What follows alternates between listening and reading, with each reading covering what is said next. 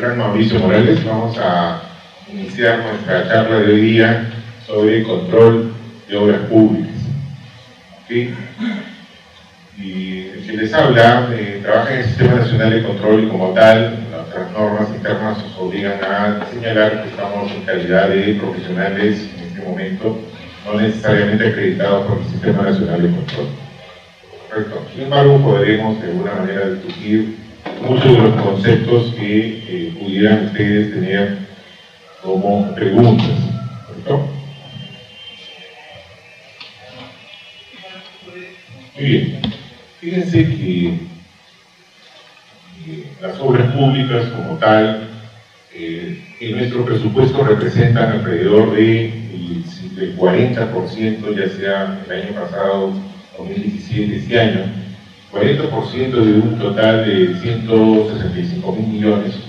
Estamos hablando de alrededor de 40.000 millones en obras públicas. Este 40%, ¿no?, del presupuesto hace que las obras públicas sean de especial interés para el control gubernamental, ¿no? El control gubernamental como tal tiene que priorizar sus recursos y realizar sus trabajos sobre presupuestos que impliquen un porcentaje importante del presupuesto de la nación. Eso no significa que obras pequeñas dejen de controlarse, ¿no? Lo que significa es que se priorizan las obras principales, ¿correcto? Ahora, el control gubernamental como tal tiene su origen en la Constitución pública, la Constitución política, ¿no? Artículo 82, que nos dice claramente que el control gubernamental lo que hace es la supervisión de la vigilancia del cumplimiento de la ejecución presupuestal basada en normas. O sea, quiere decir que la verificación del cumplimiento de las normas en la ejecución presupuestal es un encargo constitucional al Sistema Nacional de Control. Posteriormente hay la Ley 27785, que es la Ley Orgánica de la Contraloría General y del Sistema Nacional de Control, que incrementa ese encargo constitucional de la verificación posterior hacia otros servicios adicionales, que es el control previo y el control simultáneo. Quiere decir entonces que como control gubernamental tenemos tres grandes servicios: el servicio de control previo, el servicio de control simultáneo y el servicio de control posterior. ¿Correcto? Los tres servicios tienen que ver con las obras públicas, que es nuestro tema del día. Los tres servicios. Vamos a empezar por el servicio de control previo. Como su nombre lo indica, un control previo implica que el control es parte del procedimiento administrativo. ¿Correcto? Es parte del procedimiento administrativo. ¿Qué quiere decir eso? Que no avanzamos en la aprobación del presupuesto adicional de obra, en este caso, si es que no tenemos la autorización explícita de la Contraloría General para ejecutar el adicional y, a su vez, ¿no?, poder de alguna manera pagarlo, ¿no?, una vez ejecutado, ¿no? Entonces, el control previo tiene que ver con ello. O sea, previamente a su ejecución de su pago, tiene que pasar por la Contraloría General. El control previo como tal, en el caso de las obras públicas, tiene dos grandes subtemas. Es el control previo de los presupuestos adicionales de obra mayores al 15% en obras por contrata, y también el control previo de las prestaciones adicionales de supervisión de obra mayores al 15%. ¿No? Esos son los dos grandes temas. ¿No? Los aquí presentes, algunos son gestores de obras, tienen que ver con obras, levanten la mano por favor. Ninguno. Entonces vamos a hacer una aclaración previa de lo que estamos hablando. ¿Correcto? Para eso vamos a usar nuestra pizarra.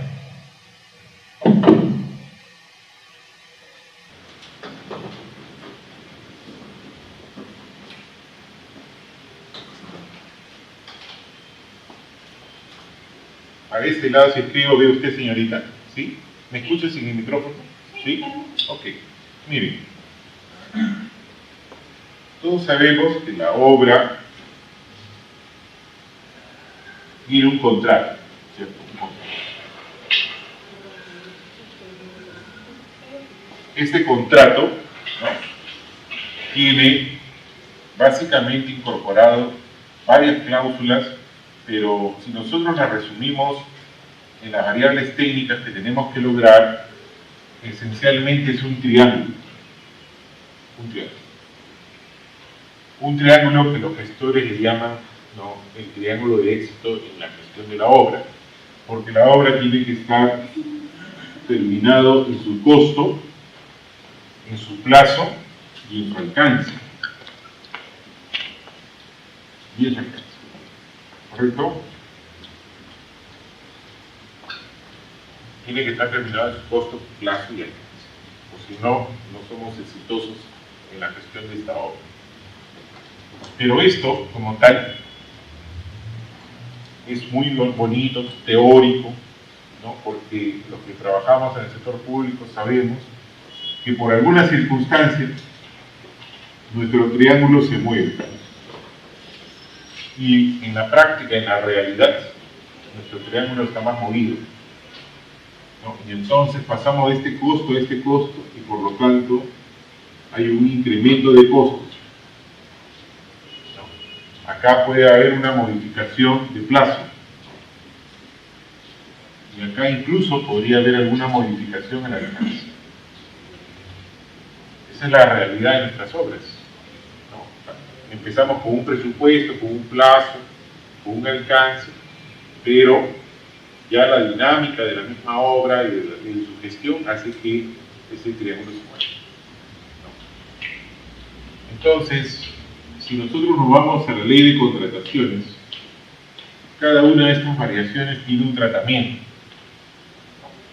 Probablemente esto se deba a la necesidad, entre otros, de ejecutar lo que se conoce como prestaciones adicionales, o más conocido como adicional de obra, ¿cierto? Adicionales de obra, ¿sí? Y estos podrían ser ampliaciones de plazo. Hasta ahí estamos más o menos, ¿sí? Las obras pueden tener adicionales y pueden tener ampliaciones de plazo. ¿Correcto? Bien. ¿Y cómo funciona esto en la práctica?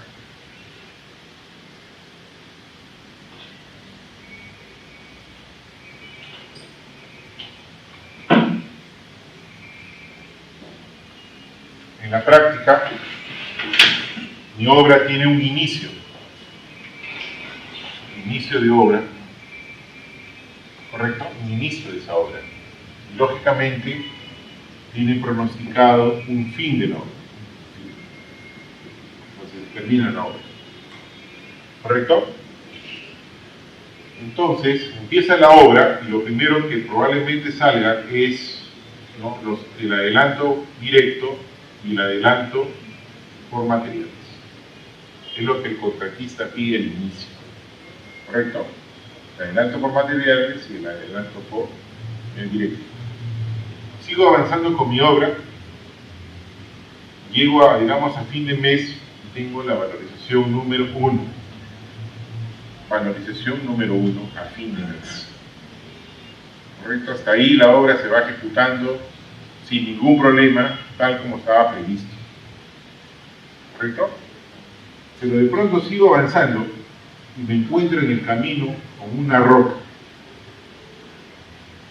Me encuentro en el camino con una roca. Lo simbolizo como una roca, es un problema.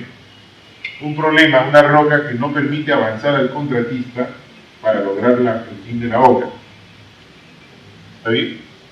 O sea que esta situación hace que no se pueda terminar la obra. Entonces, esta situación hace que ya todo lo que se había planificado se mueva, y por eso el triángulo comienza a moverse, ¿no? Entonces el contratista en ese momento informa esta imposibilidad y le dice a la entidad, ¿no?, entidad, no puedo avanzar, no puedo llegar al fin de la obra por culpa de la roca. Y si tú quieres, entidad, yo saco la roca, pero eso es extra. A lo mejor el monto contractual era, por decir, de 100.000, 100 millones, dependiendo. Yo lo voy a hacer por unos 12.000. Pero me tienes que pagar extra, porque eso no estaba en mi contrato. ¿Correcto? Entonces, eso es lo que se conoce como presupuesto adicional de obra. Presupuesto adicional de obra. Pago. ¿No? Y es el valor del trabajo que se tiene que hacer para realizar una prestación adicional. Lógicamente que la entidad, antes de aprobarle los 12.000, tiene que verificar si tiene presupuesto o no. Es lógico. Pero digamos que sí. Tiene presupuesto y está decidido a aprobar ese adicional, ¿no? Entonces, para el tratamiento para esta situación está establecido en los artículos 174 y 175 del reglamento de la ley de contrataciones. ¿Qué dice este artículo? Estos artículos dice que para aprobar la entidad aprueba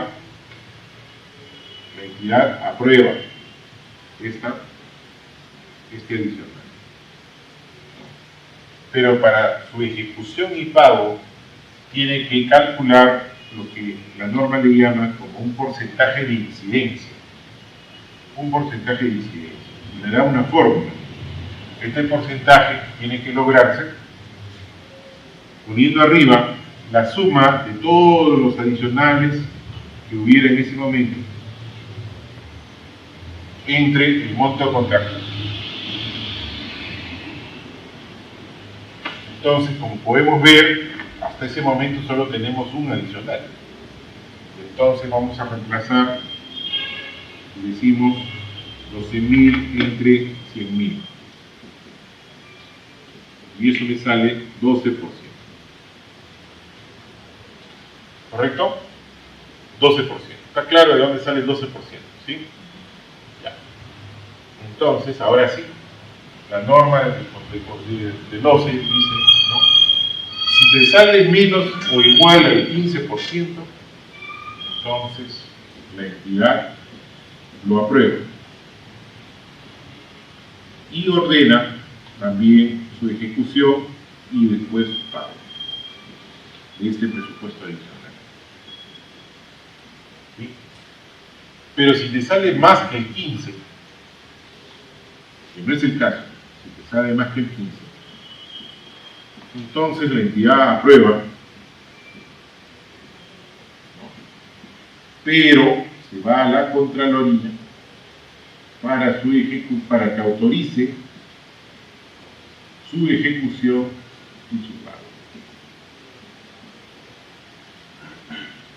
Eso es lo que dice la norma de contrataciones. Se tiene que ir a esta prestación adicional en caso que supere. Pero en este caso no supera. Entonces, miren, sigue avanzando la obra y se encuentra con otra roca. Otra roca más. Entonces, nuevamente, la misma idea, el contratista dice, ok, yo te lo voy a sacar, pero por 7.000. Entonces, este presupuesto adicional 2 es de 7.000. Entonces, nuevamente, tiene que calcularse el porcentaje de incidencia.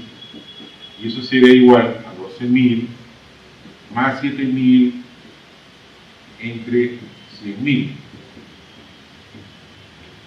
¿Correcto? Y eso me está saliendo 19%.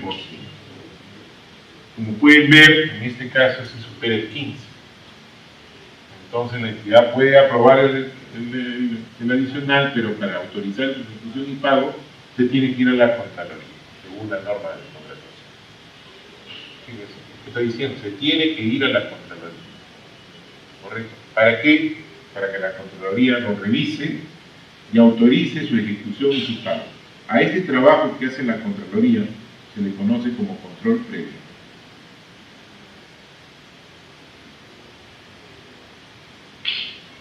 ¿Sí?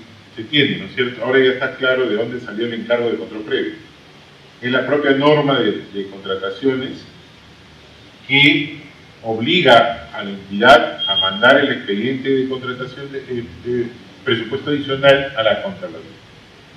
¿Okay? Entonces nos estamos quedando ahí que la entidad manda el expediente a la Contraloría. ¿Correcto? Ahora, ¿qué hace la Contraloría con ese expediente? Pues seguimos con nuestra presentación. Lo que hace la Contraloría con ese expediente que le están mandando es lo que se conoce como el control previo. Punto 1, ¿cierto? Correcto. Entonces, la Contraloría General lo que hace este procedimiento que se llama autorización previa de ejecución y pago de prestaciones adicionales de obra, y después vamos a explicar que también lo hace con los adicionales de supervisión. ¿Correcto? No es el tema, pero para cultura general también hace el control previo de otras dos cosas más, no solo de los adicionales. Como pueden ver, ¿no? También hace un control previo de las operaciones, finanzas, avales y otras garantías que afectan la capacidad financiera de la entidad. ¿No? Entonces, ¿cómo es eso? Fíjense que cuando, por ejemplo, hay una concesión de una carretera, ¿no? En teoría la concesión se paga, las obras se pagan con el peaje, pero las inversiones son tan grandes que los peajes a veces no alcanzan, o a lo mejor el peaje tendría que costar, por decir, 35 o 40 soles por cada vehículo para que se pueda pagar la carretera, y eso es imposible. Socialmente nadie lo aceptaría, pagar ese precio. Entonces el Estado dice, ya ok, por peaje cobras 10, yo te voy a dar la diferencia, por 30 años. Entonces el Estado se está, ¿no?, de alguna manera endeudando por 30 años, ¿cierto? Por 30 años, ¿sí? Pero eso no lo puede hacer si es que la Contraloría primero no le da la autorización previa, no lo revisa previamente. A eso se refiere este tercer punto, ¿no? También tiene que ver, por ejemplo, con obras por impuestos. Seguramente en otro momento llevarán un entrenamiento, una capacitación en obras por impuestos. E igual, lo que se está haciendo en obras por impuestos es pasar los pagos de impuestos futuros, 2 o 3 años siguientes, ¿no? Y entonces, por ley, la Contraloría tiene que autorizar esa operación. Señorita, diga. ¿Es una opinión vinculante? Esa opinión sí es vinculante, a diferencia de otras opiniones. Es decir, por ejemplo, ¿no?, digamos que la opinión que demos sobre el pago de los peajes no puede ser modificada, tiene que cumplirse.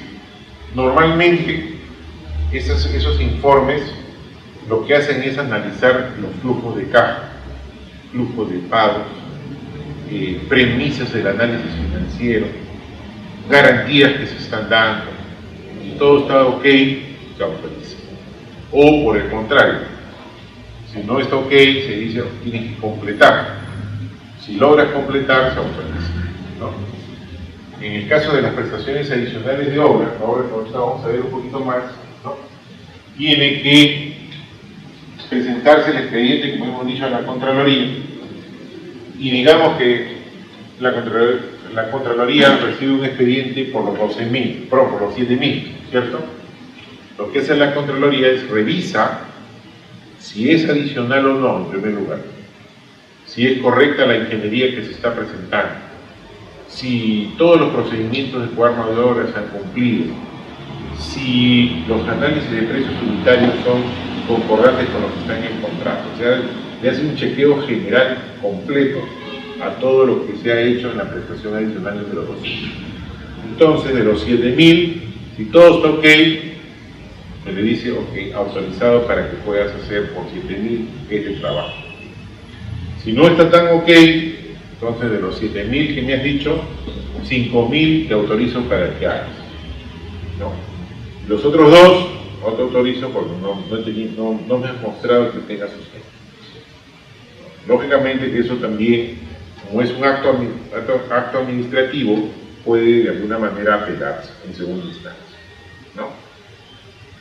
Entonces, lo que se está dando de los últimos años es que las entidades públicas ya aprendieron a sustentar correctamente, o mejor, sus prestaciones adicionales, entonces normalmente se le reconoce 95, 98% de lo que pide como autorización.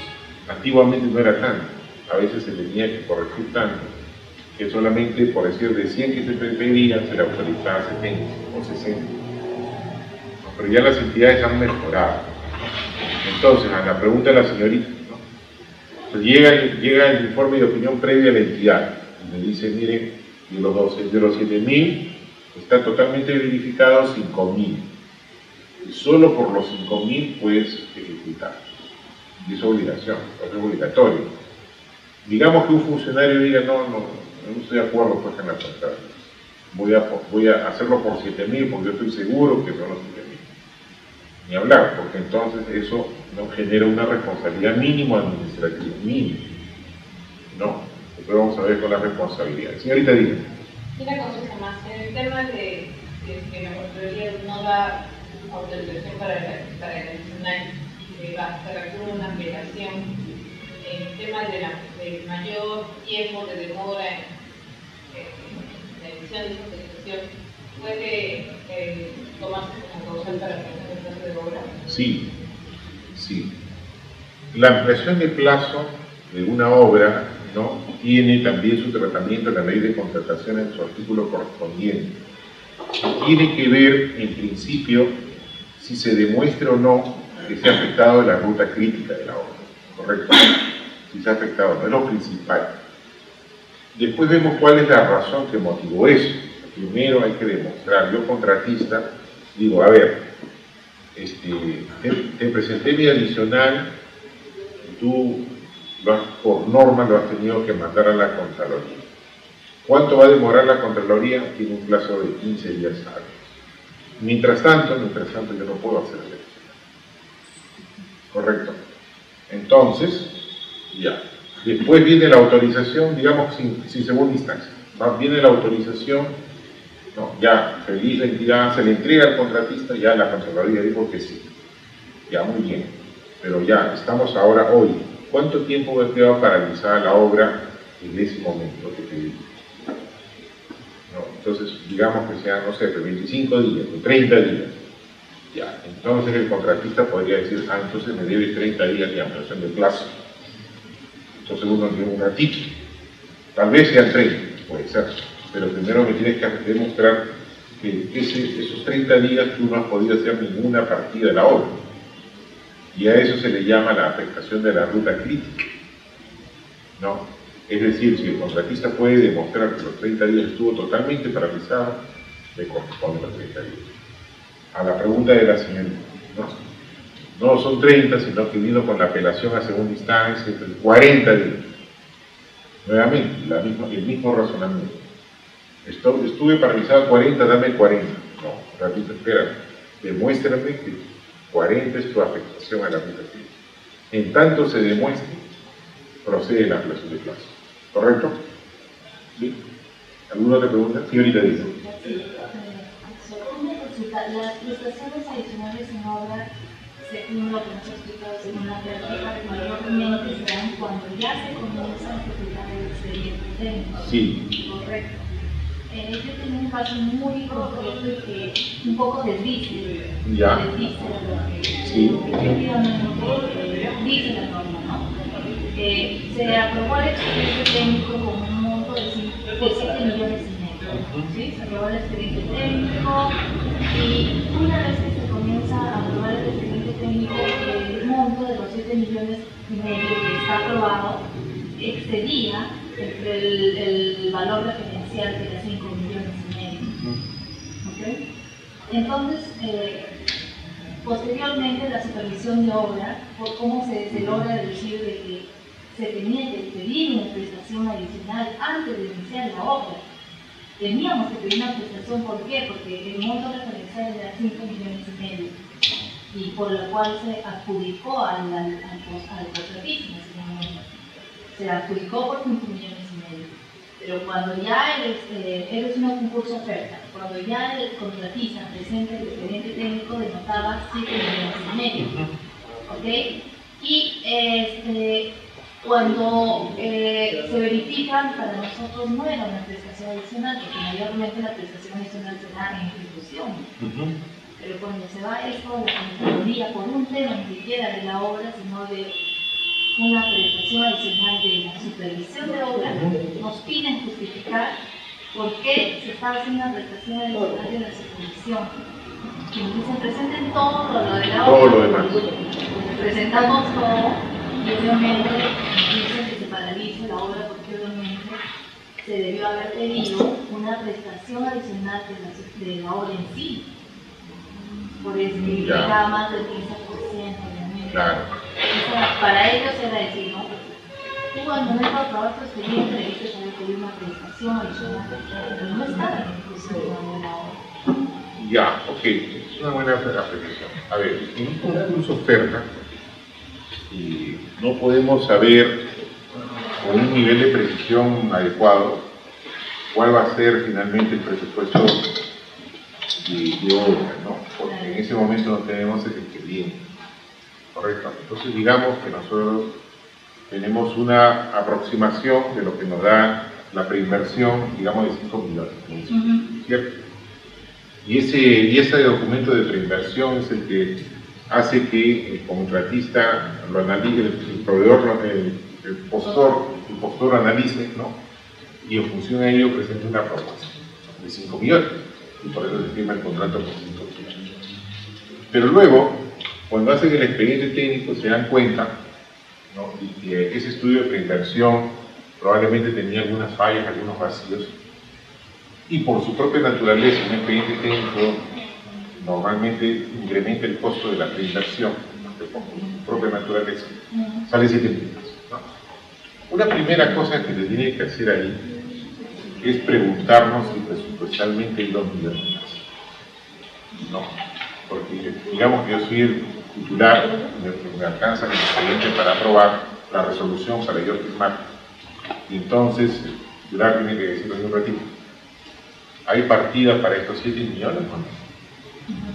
Entonces, digamos que no, hay que hacer las modificaciones presupuestales.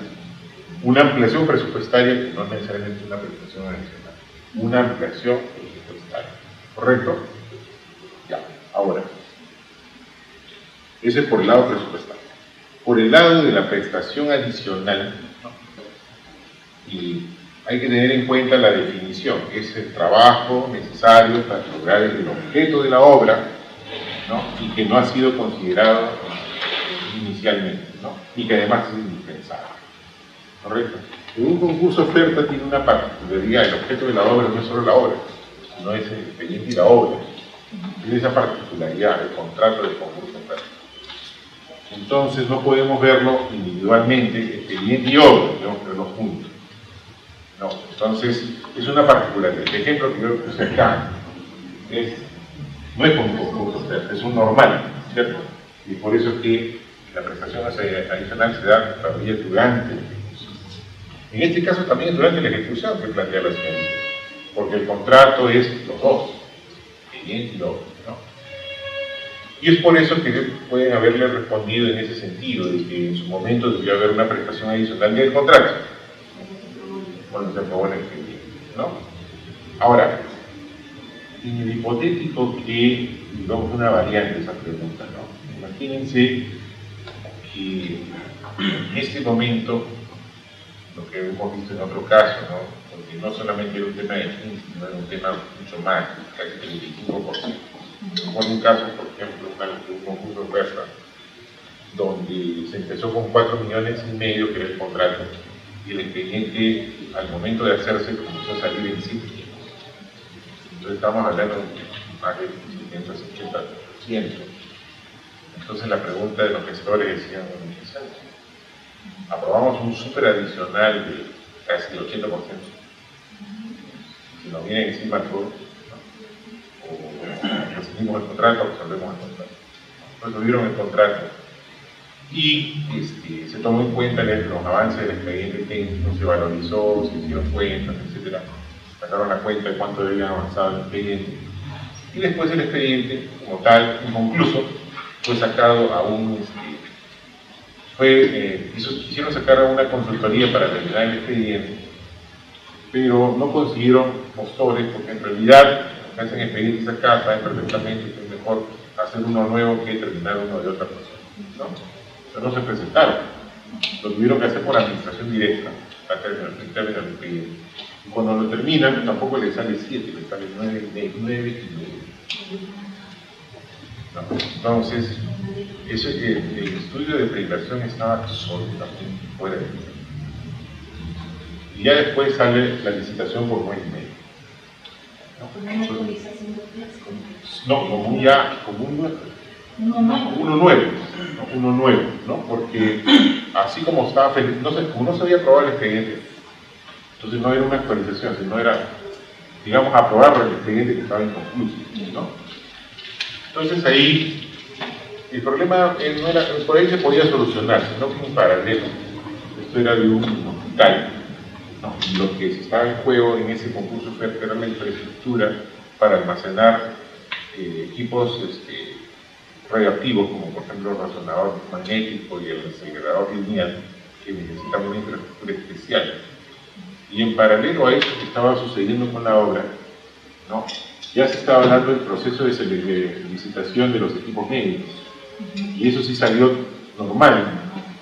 Entonces, imagínense que ya estaba en puerto, ¿no? El acelerador lineal y el resonador magnético, no había dónde ponerlo porque no había la cosa. ¿No? Entonces, lógicamente, que eso generó pues, una serie de cosas por el tiempo de fase entre la construcción y los tiempos.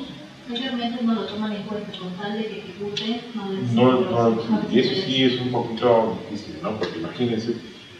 Y eso como uno se entera, ¿no? Se enteran porque justamente leyendo un comunicado del gremio médico que se iba a la huelga, aparte de que por la lucha, por nuestros derechos, no sé cuánto, decía, asimismo denunciamos que se han comprado un acelerador lineal y un resonador magnético y el programa no se sale. Era una línea en el comunicado del gremio médico que iniciaba la huelga. Esa línea nos lleva a investigar eso, cómo quedó el equipo que no han instalado. ¿Dónde están los equipos? Vamos al CEACI, ¿cuándo han comprado? O este proceso de televisión. ¿De dónde está? ¿No? Es un tema interesante, ¿no? A veces por cosas así, una línea, dos líneas que llevan al ovillo, ¿no? A desenvolver. Ese es otro tipo de cosas. Muy bien, ¿alguna otra duda, pregunta hasta ahorita? Ok, entonces, para cultura general, el cuarto elemento de control previo tiene que ver con las compras de bienes y servicios considerados secreto militar, ¿no? Porque ustedes saben que nuestros institutos armados necesitan bienes, servicios, obras que no pueden estarse publicitando sus contenidos, sus especificaciones en el SEACI. Uno porque se entera el enemigo y otro que podrían ser también enterarse de pues, terroristas, ¿no? Imagínense que vamos a construir una base en una zona, no sé, del Valle del N, ¿no? Imagínense que el terrorista compre el resto del expediente técnico. Entonces, por esa razón se tiene que considerar secreto militar, ¿no? Pero también, lógicamente, que echa la ley, echa la trampa y a veces se quiere pasar por funciones de querer favorecer a alguien, ¿no? Cosas por secreto militar cuando no lo son. Entonces los legisladores incorporaron esa obligación de que cuando tú quieras comprar algo por secreto militar, tiene que irse todo el expediente de la Contraloría para que pueda ser revisado y califique efectivamente si estamos ante un secreto militar y no sucedan hechos de corrupción, ¿no? Entonces, como les decía, esos dos últimos, bueno, el último tiene que ver mucho con las obras, algo que sean obras de defensa, y este tiene que ver con obras que afectan la capacidad financiera del Estado, y estos dos tienen que ver necesariamente con contratos de obra pública. ¿Hasta ahí alguna duda, pregunta? Señor Rina. ¿Ah? ¿No? Ahí no.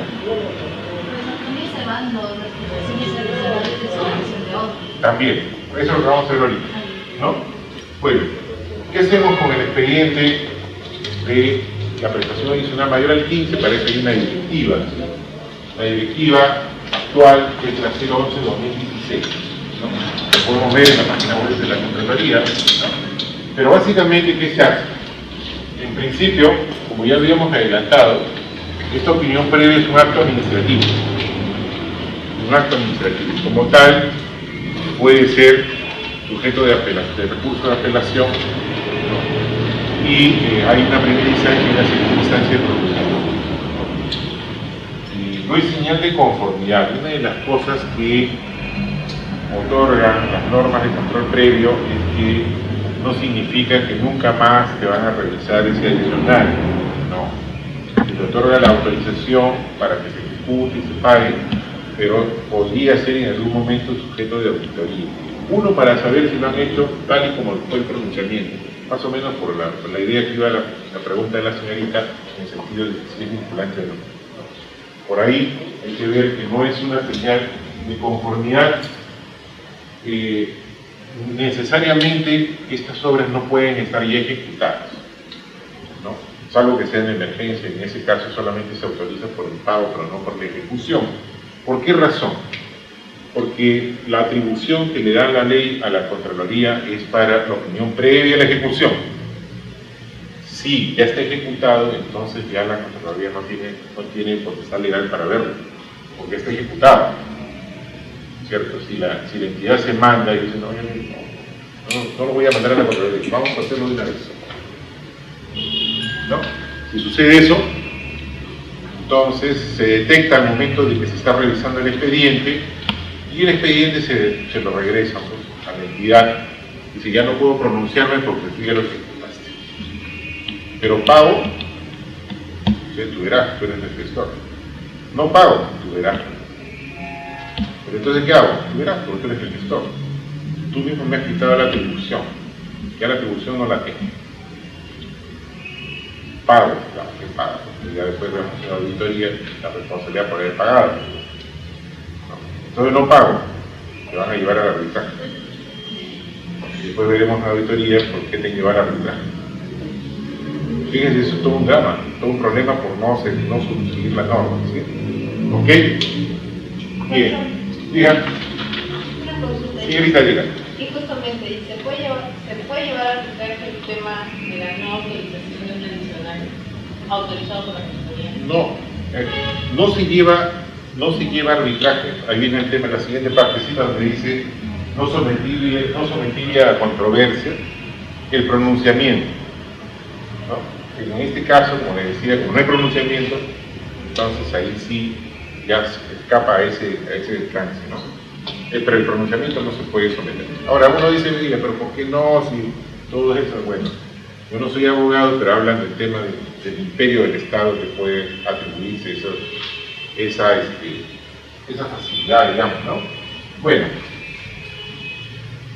necesariamente modifica el contrato, es decir, con el pronunciamiento de la Contraloría se tiene que firmar la adenda correspondiente, ¿no? Se tiene que firmar la adenda, ¿no? De todas maneras,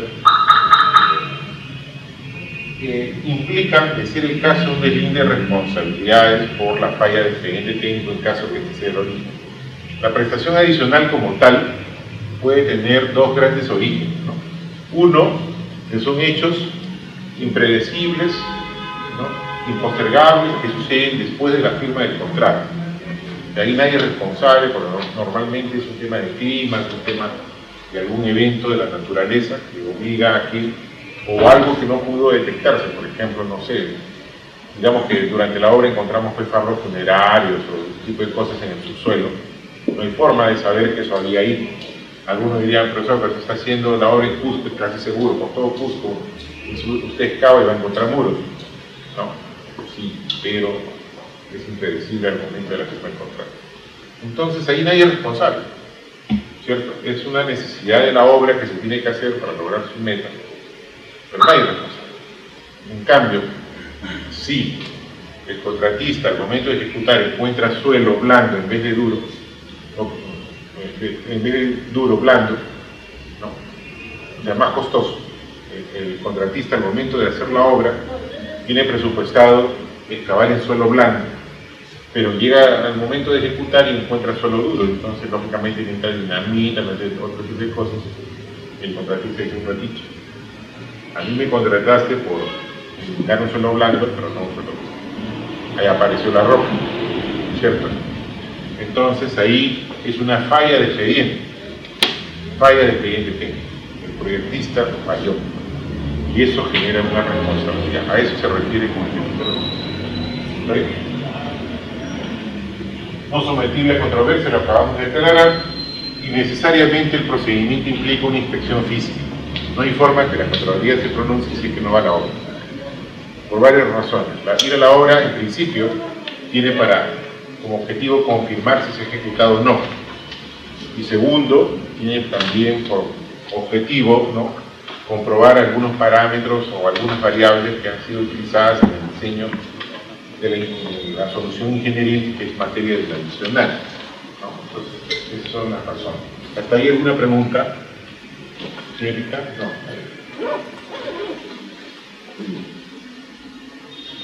Entonces, como bien lo adelantaba la señorita, también hay la posibilidad de que se generen prestaciones adicionales de supervisión, ¿no?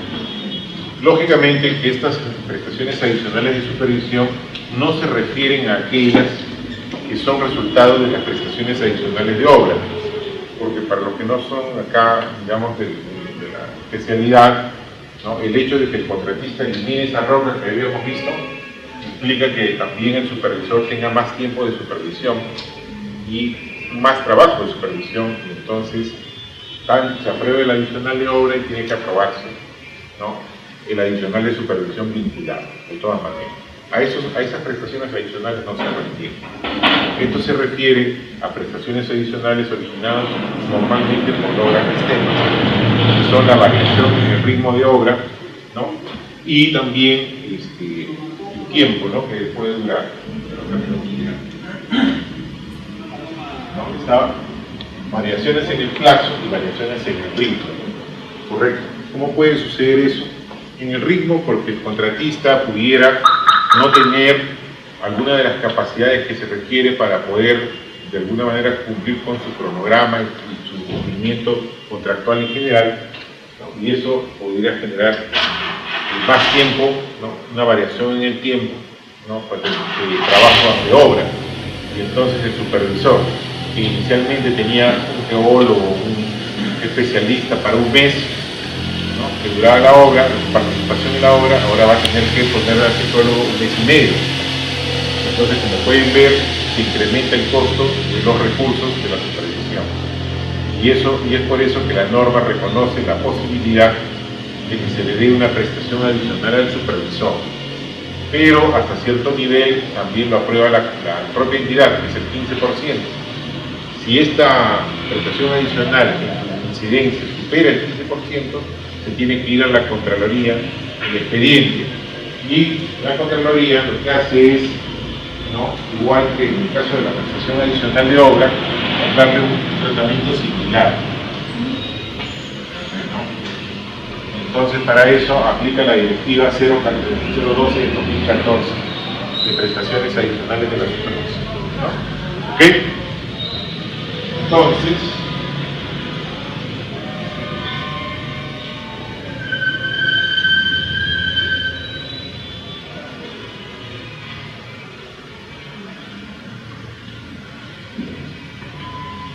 con eso cerramos el tema del control previo, ¿no?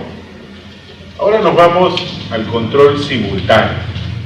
Como su nombre lo indica, simultáneo significa que se desarrolla este control al momento en que se desarrollan los hechos, al momento en que se ejecuta la obra o al momento que se desarrolla el expediente técnico. No, es un control en el momento de los hechos. El otro era un control antes de que se gaste. Ahora ese es un control cuando se gasta, en el momento que se gasta. Después vamos a ver el control cuando ya se gastó, tiempo pasado. Son tres momentos. El control antes que se gasta, control previo. El control en el momento que se gasta, control simultáneo. Y el momento, y cuando ya el gasto se hizo, control posterior. ¿Está bien? Entonces estamos en el segundo momento, que es el control simultáneo. El control simultáneo tiene un objetivo, que es alertar de riesgos potenciales a la entidad alertar a la entidad de riesgos potenciales que pudieran afectar a los objetivos de la obra. ¿Cómo es eso? Decíamos hace un rato el triángulo de éxito, ¿no? Nosotros queremos una obra que termine en su plazo, que cueste su presupuesto y que tenga su alcance. Pero pueden haber circunstancias que de alguna u otra forma eviten que uno logre ese éxito, como por ejemplo que haga una mala obra, un mal procedimiento constructivo.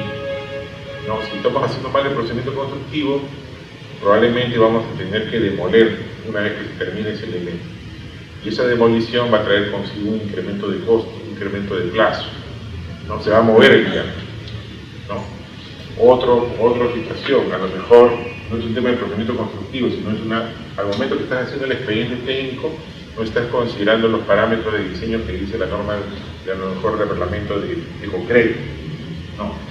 Entonces te advertimos, oye, no estás siguiendo el reglamento de concreto, oye, no estás siguiendo el reglamento nacional de edificación. No, para que corrija. Se supone que es para que corrija, pero no se le dice así. ¿No? Simplemente se alerta al titular, le dice, señor titular, hemos verificado cómo están haciendo el expediente técnico y hemos encontrado los siguientes hechos que pueden ser riesgos que afectan los objetivos de la obra. ¡Bum! Ahora vamos a ver unos ejemplos. ¿Qué hace el titular con eso? Ahí sí, no es el servicio de control simultáneo, el informe de control simultáneo no es vinculante. No es vinculante, es una recomendación. Entonces el titular puede adoptar dos caminos. Uno, decir, bueno, no me parece esos riesgos, yo creo que se han equivocado, los de control, yo también soy ingeniero, entonces no. Gracias, pero no voy a hacer nada. Yo asumo el riesgo. ¿No? ¿Okay? Entonces el titular está en esa potestad, porque para eso son gestores, porque tiene su nivel de decisión discrecional, pero lógicamente ya después cuando hacemos una auditoría, si verificamos que a pesar de que alertamos, a pesar que estuvimos en el momento que pudieron evitarse estos perjuicios, tú no hiciste caso y mira lo que ha sucedido. Entonces hay una responsabilidad, ¿no? También podría ser que ese riesgo nunca se materialice, nunca sucedió, nunca, en el momento de la auditoría no pasó nada, entonces mañana no hay ninguna responsabilidad, ¿no? Entonces por eso es que esos informes no son vinculantes. Entonces, ¿cuántas modalidades de control simultáneo hay? 5. 5 modalidades. Las 5 tienen que ver con obras, dependiendo de su nivel, ¿no? La primera tiene que ver con la acción simultánea. La acción simultánea dura 20 días útiles como máximo y siempre está asociada a un proceso en ejecución. Ese proceso puede ser un proceso organizacional, puede ser un procedimiento de selección, puede ser una ejecución contractual, puede ser una liquidación, puede ser una gestión de arbitraje. Cualquier proceso de la organización, siempre y cuando esté en ejecución, no se haya terminado. ¿No? Entonces, esto reemplaza a lo que tal vez algunos han conocido antes como veeduría. ¿No? Algunos han escuchado que se hacían unas veedurías. Ya esas veedurías no existen, ¿no? Se llama acción simultánea. ¿Correcto? Entonces, eso es un proceso. Por ejemplo, un proceso de elaboración de expediente técnico, un proceso de ejecución de obra, un proceso de liquidación, un proceso de supervisión de obra, es decir, a un proceso. Todo proceso tiene un inicio, tiene unos insumos, tiene un procedimiento y tiene unos resultados. En la medida que nosotros identifiquemos ese proceso, haremos una acción simultánea. ¿Correcto?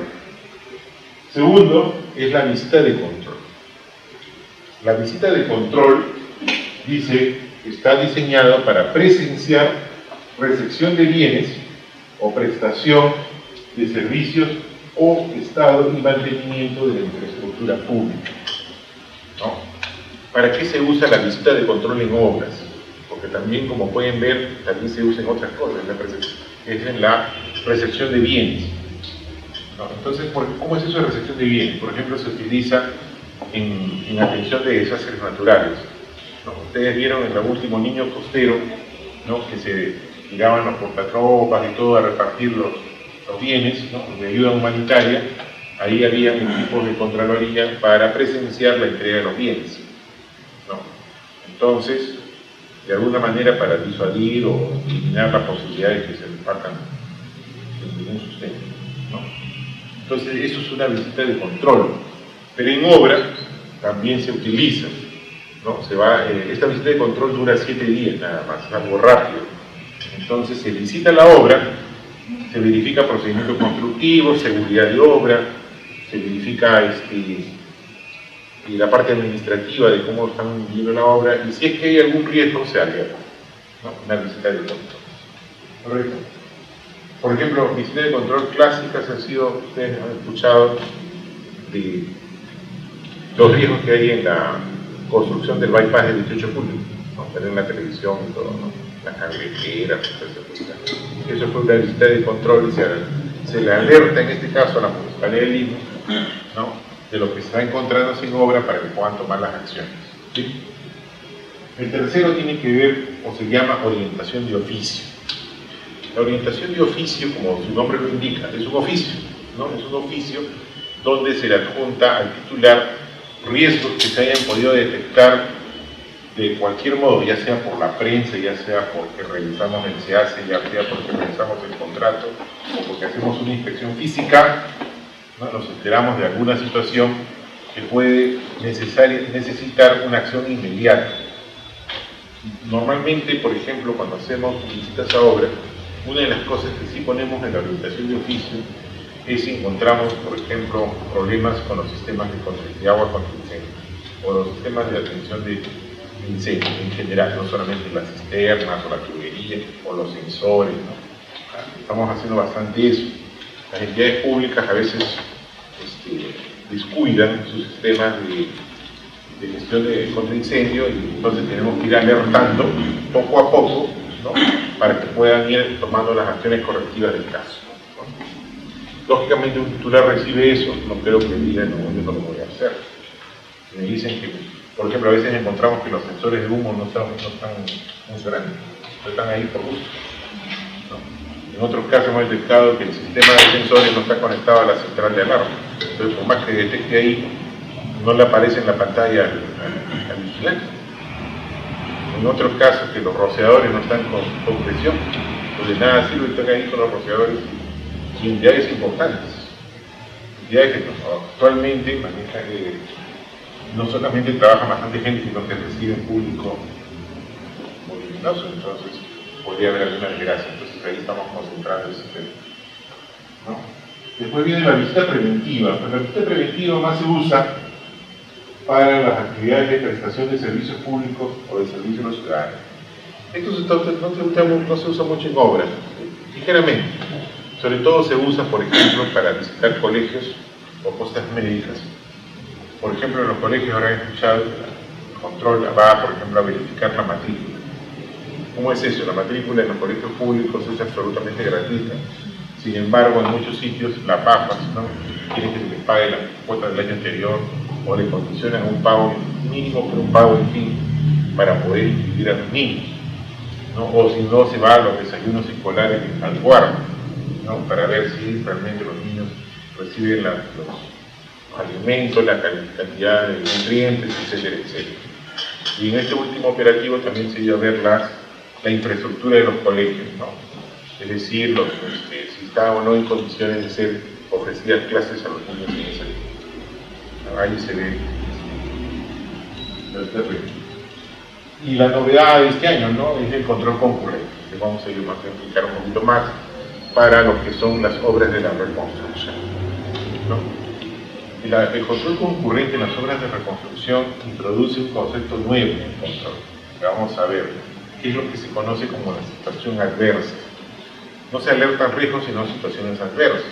¿Cuál es la gran diferencia? La gran diferencia entre los dos es que en la situación adversa ya el riesgo se ha materializado. Ya el riesgo ya aterrizó y se convirtió en una situación. Pero esa situación todavía tiene posibilidades de ser corregida por la gestión. Todavía no se perdió el dinero, todavía la obra no se ha caído, todavía la obra no ha sido inservible, todavía hay una forma de corregir por la propia gestión. Entonces, a esas situaciones generadas por riesgos que todavía tienen oportunidad de ser corregidas por la propia gestión, se le llama situación adversa. Entonces se le comunica al titular de estas situaciones adversas para que corrija. Pero si hubieran situaciones que ya no hay más que hacer, ya se perdió la obra, ya se malogró la obra, ya cuando se llevó la plata, ¿no? Entonces esa situación ya le viene en auditoría, o sea que si ya no hay nada que hacer, ya hay responsables. En otras palabras, este control permite adoptar correctivos a tiempo para evitar que haya responsabilidades mayores, ¿no? Eso es, digamos, el nuevo enfoque de control. Actualmente solamente es para las obras de la reconstrucción con cambio, pero poco a poco se va a ir extendiendo a los otros tipos de obras. En el fondo es algo positivo porque permite a los gestores corregir algo que pudiera ser advertido como malo, ¿no? Por ejemplo, ustedes habrán escuchado que en Piura, ¿no?, sacaron sus primeras, el gobierno regional de Piura sacaron sus primeras licitaciones para sus obras de reconstrucción, y cuando llega el equipo de control encuentran, por decir, que se había dado la buena pro, ¿no? Ya todavía no se había firmado el contrato, se había dado la buena pro, ¿no?, a empresas que no cumplían con los requisitos mínimos para poder calificar, o se le había dado la buena pro a una empresa que presentaba 10 equipos y en la otra entidad con esos mismos 10 equipos iban a trabajar al mismo momento. ¿Cómo iba a ser eso? Entonces son riesgos que ya se materializaron en situaciones adversas, pero todavía se podía corregir. ¿Por qué? Porque todavía no se había firmado el contrato. No. Entonces, ante esa idea se le advirtió al presidente del gobierno regional y él cortó por los años, ¿no? Simplemente canceló el proceso. Lo canceló para poder sacarlo de nuevo, ¿no? Él pudo haber retrotraído, seguramente, a otro nivel, no necesariamente cancelar, pero fue su decisión de gestión y ahí uno no puede intervenir. Pero esa es la idea de la situación adversa es que estés en condiciones de todavía corregir para evitar que el problema se agrave, ¿no? Porque eso es lo que vamos a detallar un poquito más, ¿sí?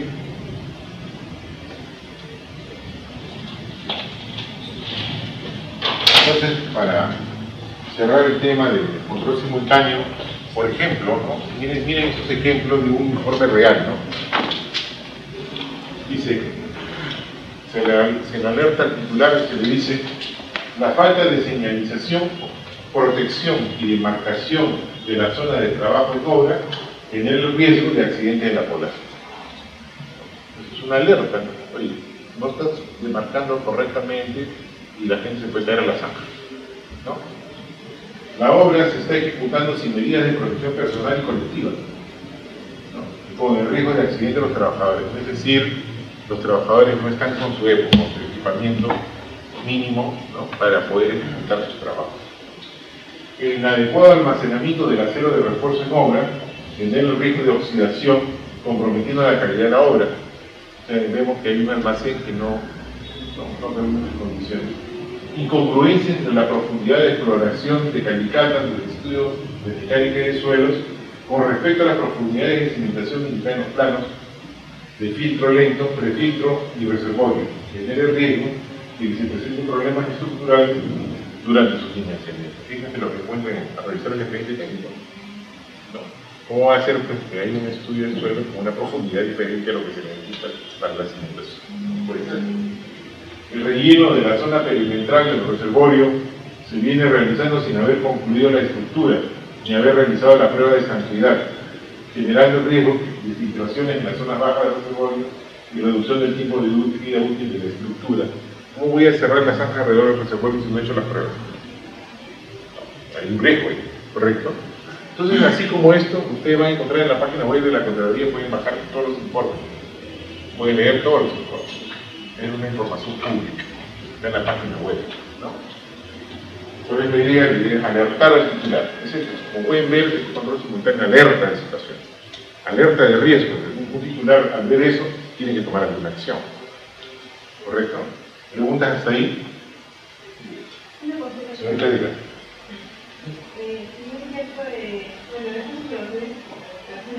Son relevantes, ¿no?, para la gestión de la obra. Pero he mencionado que no son vinculantes. No son vinculantes. Imagínense que lamentablemente, por más que se diga así, imaginémoslo en los reservorios, ¿no? Por más que me está diciendo el auditor, no cierres la zanja porque no has hecho la prueba de estabilidad. Digo, no, estamos apurados, tenemos que cerrar una, ya después haremos las pruebas. Lógicamente nunca más podremos saber si hay inversión o no. Es un riesgo, no ha sucedido, es un riesgo. Pero lógicamente, imagínense que tome yo esa decisión y dentro de 2 años que sea la auditoría, viene y se encuentra que hay filtraciones, que hacen las excavaciones abajo. Oye, pero te alerté. No física, ahora tenemos que asumir la responsabilidad. Como puede que no suceda tampoco. Puede ser que dentro de 2 años hacemos la auditoría y después se quita. No ha sucedido. Algún día sucederá, no sabemos. Pero al momento de la auditoría no ha sucedido. ¿Sí? Diga, señor. ¿Y la entidad tiene que decirle a la supervisión para que la supervisión le diga contratista? ¿Está algo así? Sí, porque recuerden que el vínculo de la entidad, si bien es cierto, es con el contratista, pero su representante es el supervisor. Esto normalmente pasa al supervisor. Es más, debería ser como un jalón de orejas al supervisor. ¿Alguna otra pregunta? Señorita, diga. Una consulta, y en el tema de situaciones adversas, ¿también hacen seguimiento como...? Sí. Ahorita vamos a ver situaciones adversas. A esto se le comunica, y lógicamente el auditor le hace seguimiento, ¿no? Si lo ha adoptado o no, su plan de acción, ¿vale?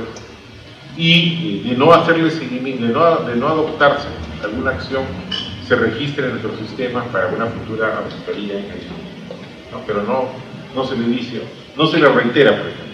No sale un segundo oficio diciendo, de los 10 que te advertí, solo me has hecho caso en uno. No sale ese tipo de seguimiento, desafortunadamente, ¿no? ¿Ok?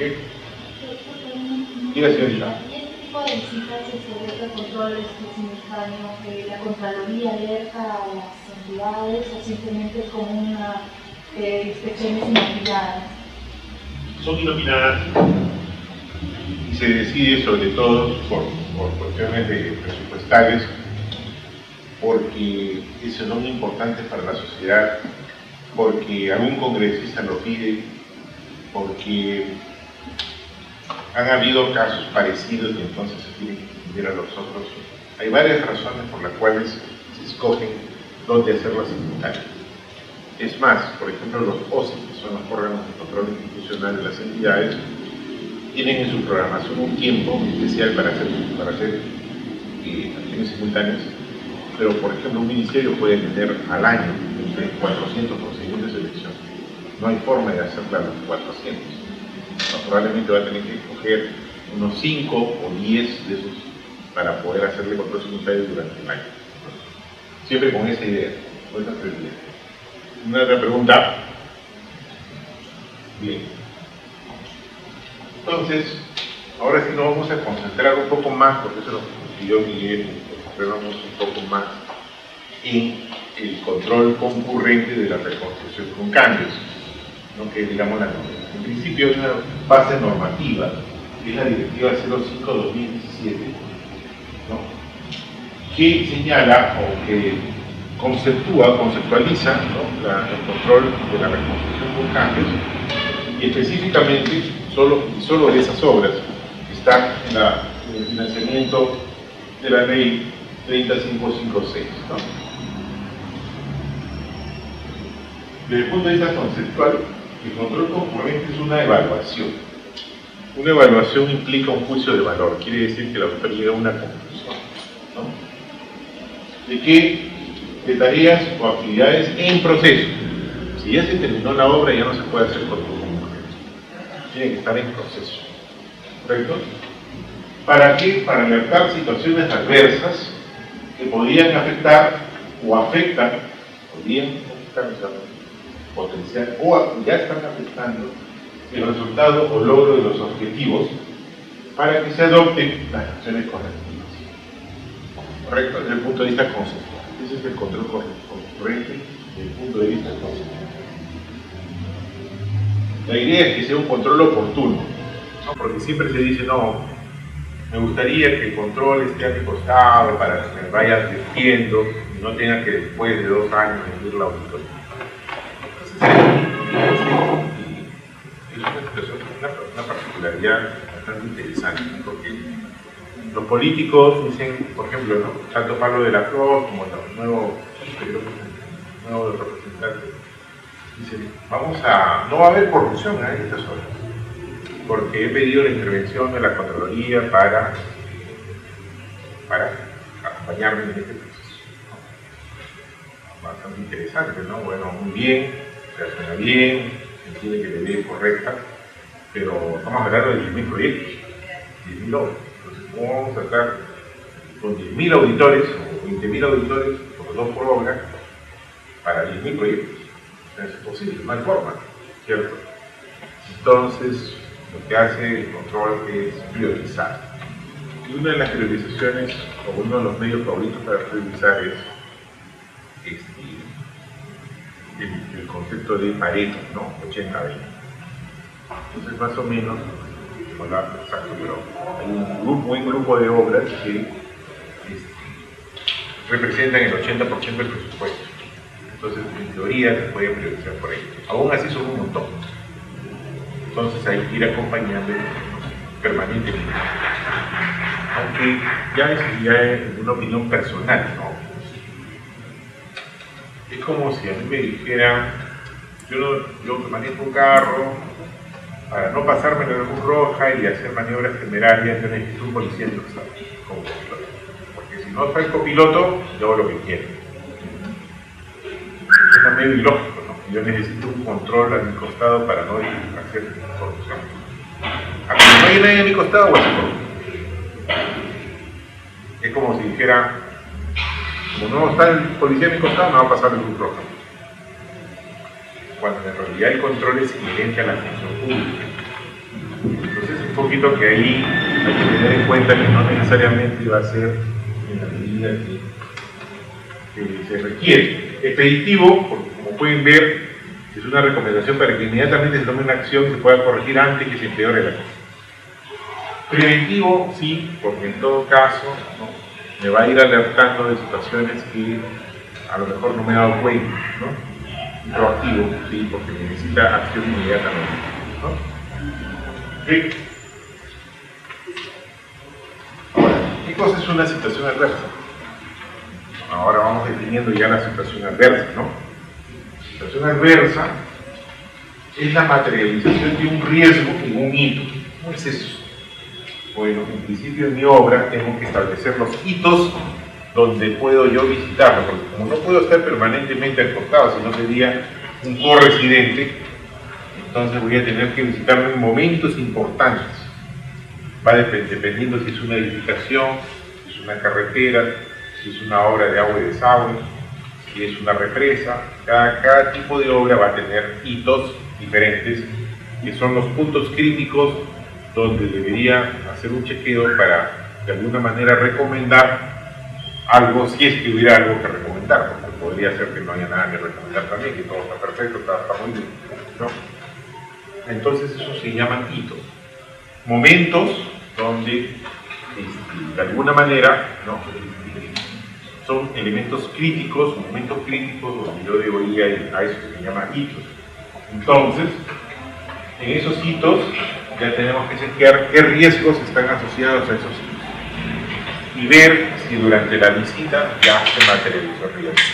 Si ya se materializó el riesgo, entonces tengo que alertarlo porque ya es una situación adversa para lograr los objetivos, ¿no? Ahora, siempre como control se tiene que centrarse en los incumplimientos normativos, porque también pueden haber riesgos operacionales donde no hay norma, donde eso ya es discrecional. Pero si hay incumplimientos normativos, entonces hay que advertirlos, ¿no? Y eso entonces significaría que hay situaciones adversas debido a riesgos legales, a riesgos contractuales, debido a normas internas o debido a normas técnicas, ¿no?, que afectan o podrían afectar el proceso o el producto intermedio para el logro de los objetivos y que tengan la posibilidad de adoptar medidas correctas, ¿no? si ya no tiene posibilidad de medidas correctivas, ya no es situación adversa, ya es un problema. ¿Correcto? Entonces, situación adversa implica que todavía haya una posibilidad de corregir el cambio. ¿Está bien? Hemos dicho que el punto de control es un momento de control, ya sea de productos intermedios, ¿no?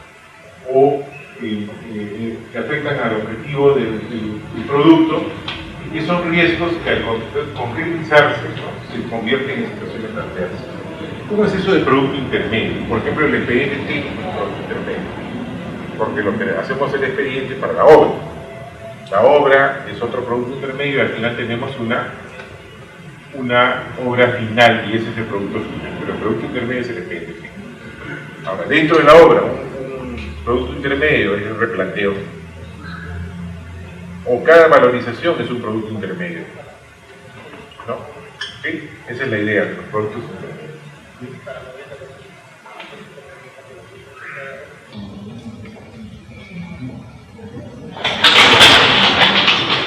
Entonces, este control concurrente, ¿no? Lo que tiene por finalidad es advertir, o mejor dicho, señalar situaciones que se consideran adversas porque pueden afectar, ¿no?, los objetivos de la obra, pero con la particularidad de que todavía se puede hacer algo, se puede corregir, todavía no se ha perdido el dinero, todavía no se ha malogrado la obra. Entonces, esa es la particularidad. Entonces, ¿cómo se plantea esta situación adversa? Una condición, o sea, los hechos que estamos apreciando, ¿no? Un criterio, una norma que podría ser siendo transgredida, ¿no? Y una afectación negativa, ya sea a la continuidad del proceso, al producto intermedio, al resultado o logro de los objetivos, y de ser el caso un potencial perjuicio económico con posible corrección. Es más, o sea, ya se le está señalando de que prácticamente de no tomar alguna acción podría haber un potencial perjuicio económico, ¿no? También, ¿qué pasaría si ya estos hechos ya no tienen solución? Entonces eso se va a control posterior a auditoría, ¿no? ¿Qué pasaría si en lo que estamos nosotros encontrando incluso hay un tema doloso? Por ejemplo, llegamos y encontramos que vamos a ir a ver la obra y llegamos y no hay obras. No, ya es un tema doloso, ¿cierto? Ya es algo ya escandaloso, ¿no? Entonces, lógicamente, ya hay inicio de construcción de edificios, ¿no? Entonces, si es que ya no tiene solución, entonces la directiva nos lleva hacia otra directiva que es la de la auditoría del cumplimiento derivada del control concurrente, ¿no? Que se utiliza cuando las situaciones ya tienen efectos irreversibles, cuando hay indicios de comisión de delitos, ¿no? Y cuando hay una situación adversa que se concreta con afectación negativa, ¿no? Quiere decir que ya ahí sí no hay nada que hacer, entonces se tiene que hacer una auditoría y la auditoría podría determinar responsabilidades, ¿no? ¿Hasta ahí alguna pregunta? ¿Qué? Entonces, fíjense solamente dos ejemplos. Hay por lo menos unos 50 informes en la página web de la Contraloría disponibles para los que quieren investigar un poco más del tema, ¿no? Dos situaciones reales que se han comunicado, ¿no? Dice: la entidad no adoptó las acciones correspondientes respecto al incumplimiento de la cantidad mínima de maquinaria requerida del periodo del 30 al 31 de enero. O sea, es una cosa que ya sucedió, ya se materializó el riesgo, ¿no? Lo que generaría que las labores de prevención de desastres no concluyan antes del inicio de las máximas avenidas, exponiendo a la población ante el peligro de los desbordes de río. O sea, fíjense, ya la situación, ya el riesgo ya se materializó, o sea, no ha habido maquinaria en el 30 y 31, ¿no? Y eso está ocasionando que tal vez no se termine con el contrato a tiempo y se pueda exponer entonces a la población a que haya pues una situación adversa, ¿no? Una situación que afecte negativamente a la población. Entonces, así como está, todavía tiene solución, ¿cierto? La solución es probablemente poner más maquinaria o pedir al contratista que ponga más maquinaria y poder lograr terminar a tiempo, ¿no? Para lo cual se está contratando. Segundo, la entidad no adoptó acciones orientadas a determinar la ubicación donde se ejecutarían los servicios objeto del contrato, lo que afectaría a la oportuna realización del mismo. Fíjense, ¿no? O sea, ya sucedió que no se ha fijado la ubicación de dónde se va a realizar el trabajo, pero todavía el contrato está en proceso, todavía se puede corregir, ¿correcto? Porque si no se corrige, entonces ¿cómo vas a poder lograr la ejecución contractual? Esa es la idea, ¿no? Está clara la idea, es algo ya se materializó, pero todavía tiene solución. A eso se le denomina situación adversa. ¿Está claro? ¿Sí? ¿Más o menos? ¿Sí?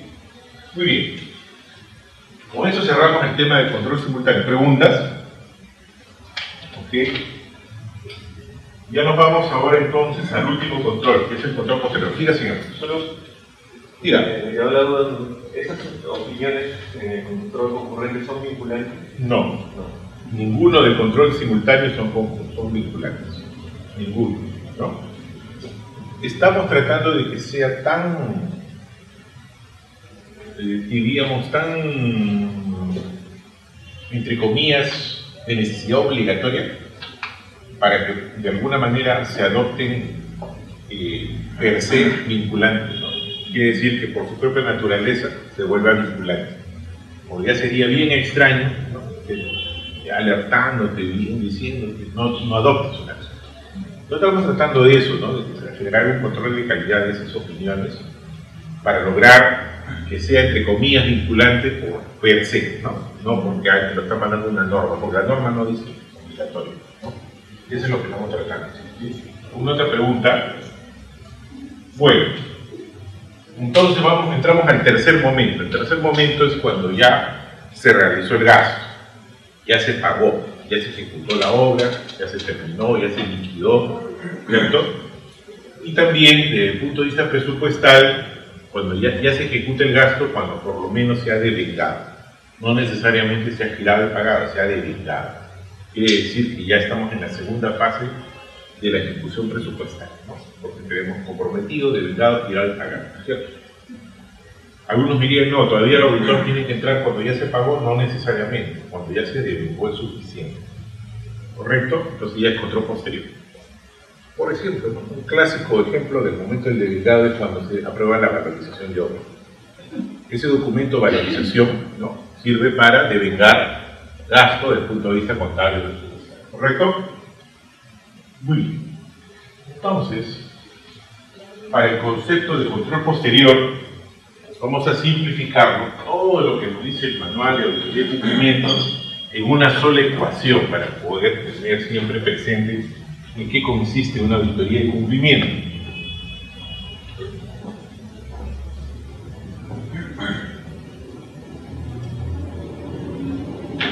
Vamos a ver que la auditoría de cumplimiento es una sola ecuación, que es demostrar, determinar, verificar, establecer si lo que hicieron los funcionarios tiempo pasado,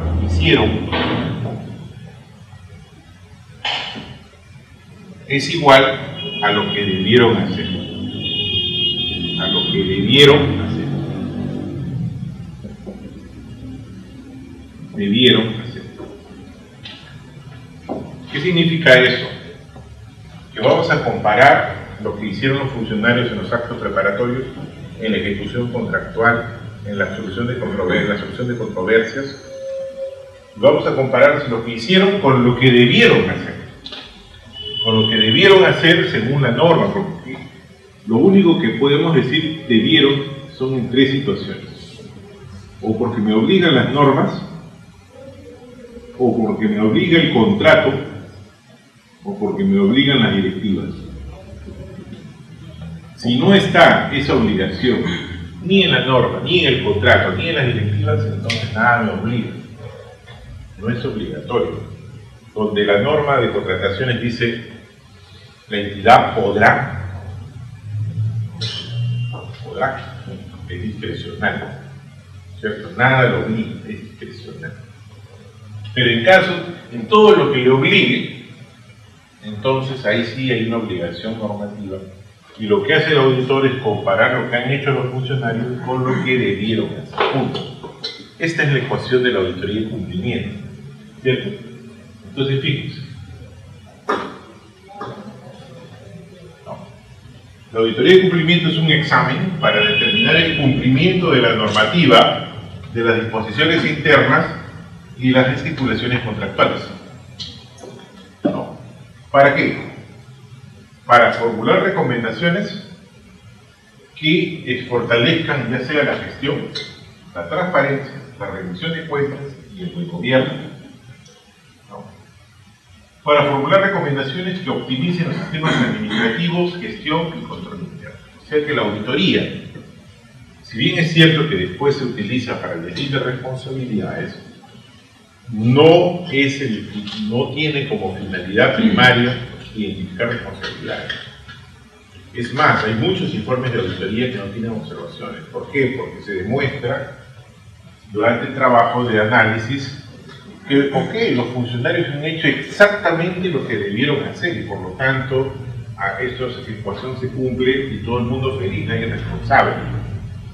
¿No? Entonces hay informes así, porque no siempre los funcionarios actúan mal, ¿cierto? Pero también, si nosotros en el trabajo encontramos que esta ecuación no es igual, o sea que probablemente algunos hicieron bien, otros no, otros tampoco, o definitivamente no han hecho bien las cosas. ¿No? Pero para poder encontrar esto, ¿no? Se tiene que hacer un trabajo secuencial, metodológico de investigación. Porque yo, para poder lograr esta conclusión, necesito obtener evidencias. Porque la auditoría necesita evidencias, no pruebas. Las pruebas las necesita el fiscal, el juez. El auditor necesita evidencia. ¿Evidencia de qué?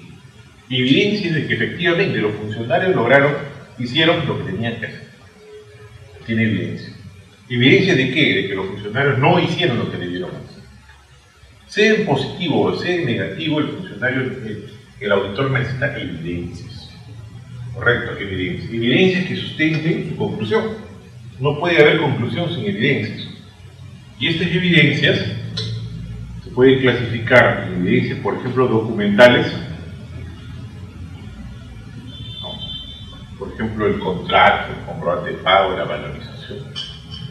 ¿Cierto? Pueden ser evidencias testimoniales cuando se va a una obra y se pide la información al residente, al supervisor y se firma un acta. ¿No? Pueden ser analíticas, es decir, hay un cálculo de por medio. Cuando, por ejemplo, se verifica si la ampliación de plazo de 10 días en cuanto ha afectado a la ruta crítica, es un análisis, evidencia analítica. Puede ser evidencia física, por ejemplo, la foto, el video. ¿No? Siempre las evidencias tienen que ser legales, no pueden haber evidencias ilegales, no pueden haber audios, no pueden haber videos, mamá y videos, otras cosas, ¿no? Tienen que ser legales, correcto. Ahora, para obtener esas evidencias, el auditor tiene un instrumental que se llaman las técnicas y procedimientos.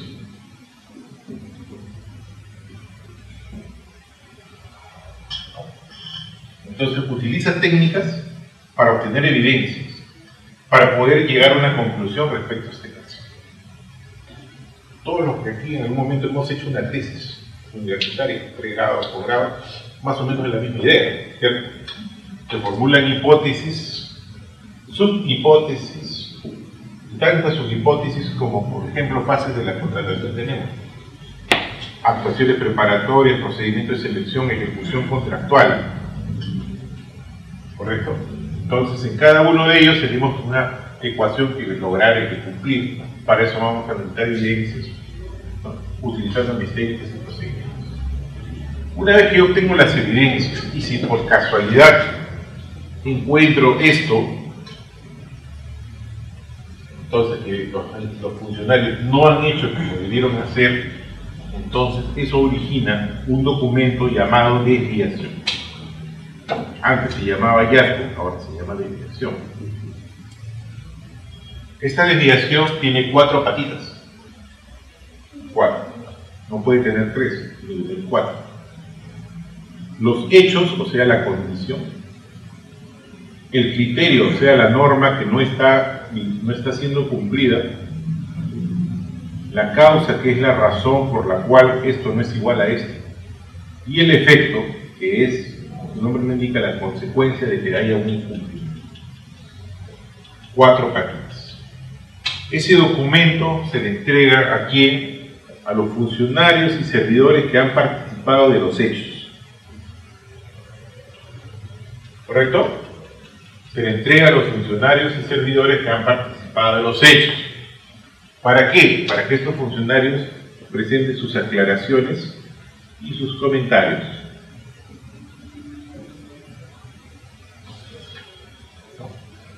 Alguno diría, profesor, para los descargos. No, porque en este momento todavía no hay cargos. Todavía no se le acusa de nada. Solamente se está indicando que hemos analizado el accionar y hemos encontrado evidencias de que no has cumplido con la norma.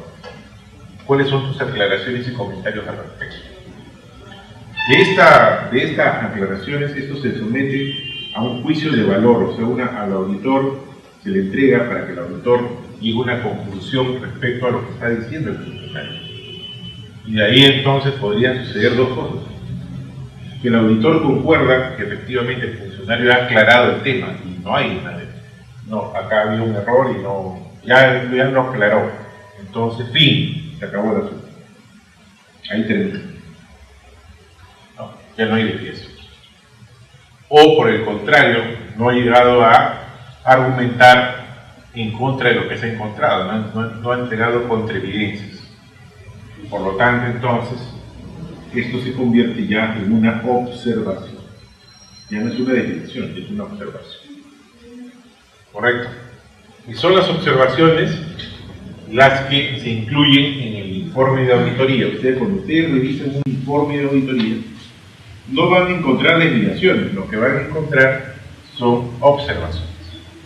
Eso quiere decir que puede haber 5 desviaciones y 4 observaciones, ¿correcto? Una se quedó en el camino, sí. 2 se quedaron en el camino, ¿correcto? Lo que no podría haber es 3 desviaciones y 4 observaciones. Porque significaría que esa 4ª observación no se ha entregado a los funcionarios y servidores para que puedan ejercer su derecho de defensa. Sería una ilegalidad. Sería un abuso, ¿no? Incorporar una observación que no ha sido previamente cumplida. ¿Correcto? Ya, ahora, este informe, como tal, trae observaciones, y cada observación se arma con la desviación inicialmente, comunicada, más las aclaraciones, más la evaluación de las aclaraciones, más el señalamiento de las responsabilidades, de las presuntas responsabilidades, porque todavía nadie es responsable. Presunto. ¿Correcto? Presunto. Fíjense la palabra que utiliza la norma, señalamiento de responsabilidades. No dice determinación de responsabilidades, porque todavía nadie es responsable. No le corresponde al auditor decir que es responsable. Eso le corresponde ya a la Comisión de Procesos Administrativos Disciplinarios, o al procedimiento administrativo sancionador de la Contraloría, o al Poder Judicial. No le corresponde al auditor. El auditor solamente señala, no, presunta responsabilidad. Y esas pueden ser administrativas, pueden ser civiles, pueden ser penales. ¿Cierto? La responsabilidad administrativa se genera porque se ha incumplido una norma. La responsabilidad civil se genera porque, habiendo incumplido la norma, has generado un perjuicio a tu norma. Y la responsabilidad penal se genera porque hay indicios de que ese incumplimiento ha sido doloso, ha sido a propósito, no. Entonces hay tres tipos de responsabilidades: administrativas, civiles y públicas. ¿Hasta ahí alguna pregunta? ¿Duda? Entonces, ahora sí podemos ir en la parte conceptual.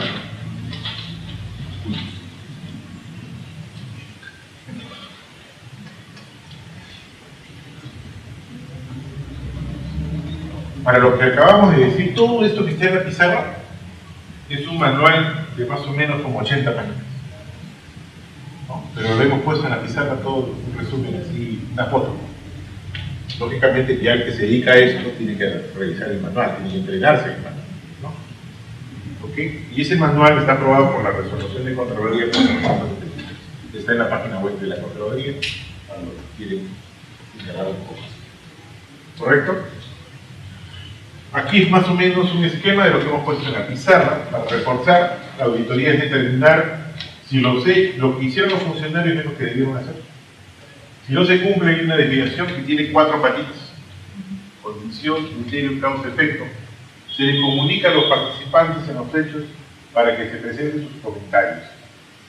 Se evalúa, y eso tiene 2 caminos: si se mantiene, se convierte en observación; si se levantan o se descartan, hay fin. La observación señala responsabilidades. Puede tener responsabilidad administrativa, civil o penal. La administrativa se genera por el incumplimiento de normas. Puede ser grave o muy grave, y eso está a cargo de la Contraloría General. Como también puede ser leve, y eso está a cargo del entidad. ¿No? Ese es el resumen del proceso de control posterior. ¿Correcto? Ese es, digamos, el método. Ahora, ¿cómo eso se aplica a la obra? Entonces, en principio, una auditoría de cumplimiento se puede aplicar a todo, y por supuesto a la obra, ¿no? Para eso se plantea un objetivo. El objetivo de la auditoría de la obra es determinar si la ejecución del contrato de obra y de la supervisión se realizó en concordancia con la normativa aplicable, disposiciones internas y estipulaciones del contrato. Fíjense, nada más es igual, lo que hemos dicho, determinar si lo que han hecho los funcionarios es igual a lo que debieron hacer. Nada más, exactamente igual. Nada más que aplicado a la obra. Entonces, por ejemplo, en el control del expediente técnico será pues determinar si el expediente técnico se elaboró con sujeción a la normativa aplicable, a las directivas internas, a las estipulaciones contractuales, para la finalidad pública de la obra, ¿no? Eso es muy importante entender, porque, por ejemplo,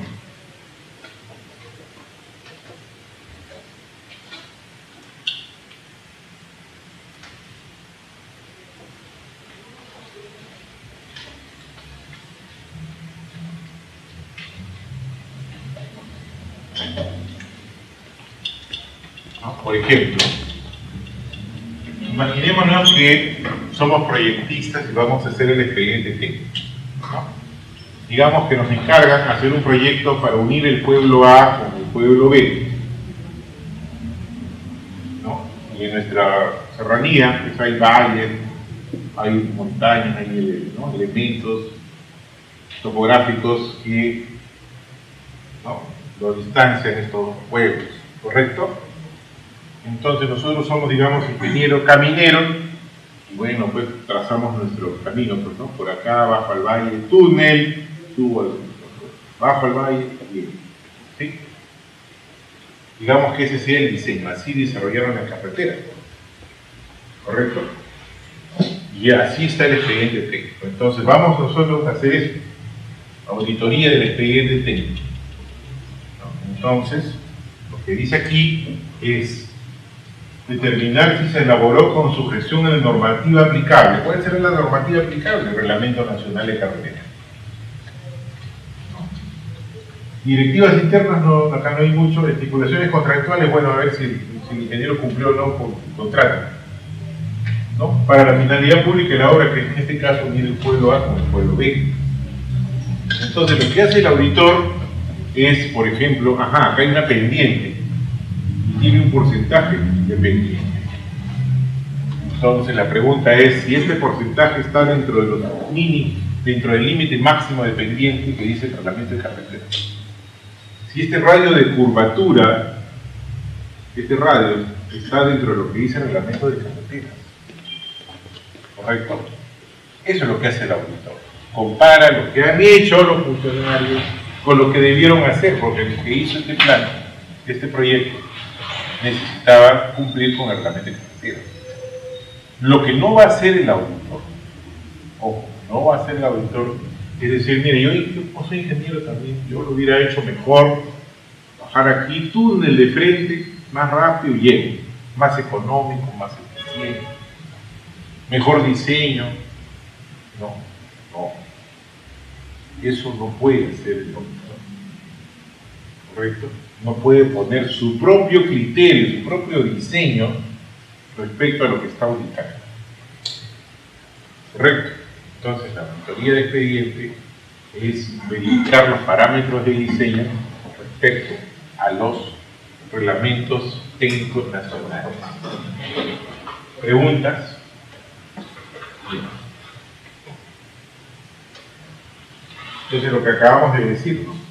¿Qué podemos usar? El Reglamento Nacional de Edificaciones, los manuales de diseño sectoriales, los estudios de preinversión, los contratos de consultoría para el diseño, la ley del ejercicio profesional de ingeniería y arquitectura, normativa de los sistemas administrativos del Estado, directiva de gestión de riesgos, otra normativa aplicable, ¿qué les parece? ¿No? Entonces hay varias normas que se pueden usar, ¿correcto? Ahora, ya si vamos a la auditoría del procedimiento de selección, de cómo fue seleccionado el supervisor, y en este caso el ejecutor de la obra, ¿no? Básicamente es una revisión de que se ha cumplido con las normas del OCE, toda la burocracia, ¿no? de las normas del OCE, ¿cierto? Y ese es en primer lugar. Y segundo, si durante la asignación de puntajes a los postores se dio o no cumplimiento a las bases. No, digamos que esos son los dos grandes temas en la auditoría del procedimiento de selección, ya sea del supervisor o ya sea del ejecutor de la obra. Ya para la ejecución contractual tengo varios elementos que auditar, ¿no? Tengo en principio que auditar si se ha cumplido o no lo que dice el expediente técnico. Entonces tengo que revisar en lo posible, ¿no?, cada una de las partidas de especificaciones técnicas que son factibles de verificar al momento de la auditoría. Entonces imagínense que nosotros estamos acá auditando esta construcción de esta aula, y hay cosas que sí podemos auditar y cosas que no. Podemos auditar a lo mejor el tamaño del aula, la altura puede ser, el acabado puede ser, ¿no? El sistema de aire acondicionado puede ser, los pisos puede ser, pero a lo mejor estamos ante un muro largo, debe tener columnas intermedias, debe tener, pero estará en los planos. Pero ya no vamos a poder saber cuántos fierros tiene esa columna, ni la misma, menos que tiene el falso techo. No podemos saber, no hay forma de saber en este momento. En el plano dice que debe tener 4 fierros la viga, pero no hay forma de saber. No voy a agarrar mi cincel y su huequito para allá para ver, no puedo hacer eso. Correcto. Entonces hay cosas que no se van a poder. Tiene que ser de lo que se puede ver, de lo que se puede comprobar, ¿no? Ya el tema de, ¿no?, si realmente tiene o no tiene, tendremos que dejárselo al terremoto, ¿no? El terremoto podrá comprobar si tenía o no los fierros. Ya no podemos usar eso, ya no podemos hacer nada más. Entonces, eso es lo que tiene que ver el cumplimiento del expediente. Después tenemos que ver cómo se ha cumplido con las obligaciones de pago. Si, por ejemplo, las valorizaciones se pagaron dentro de las normas o ha generado intereses para el contratista. Se demoraron y generaron intereses. Esos intereses son cambios radicales, ¿no? Si ahorita digan, Profesor, justamente una consulta respecto al tema de valorizaciones. He visto que es muy común que la revisión de las valorizaciones está a cargo de las supervisiones que se contratan.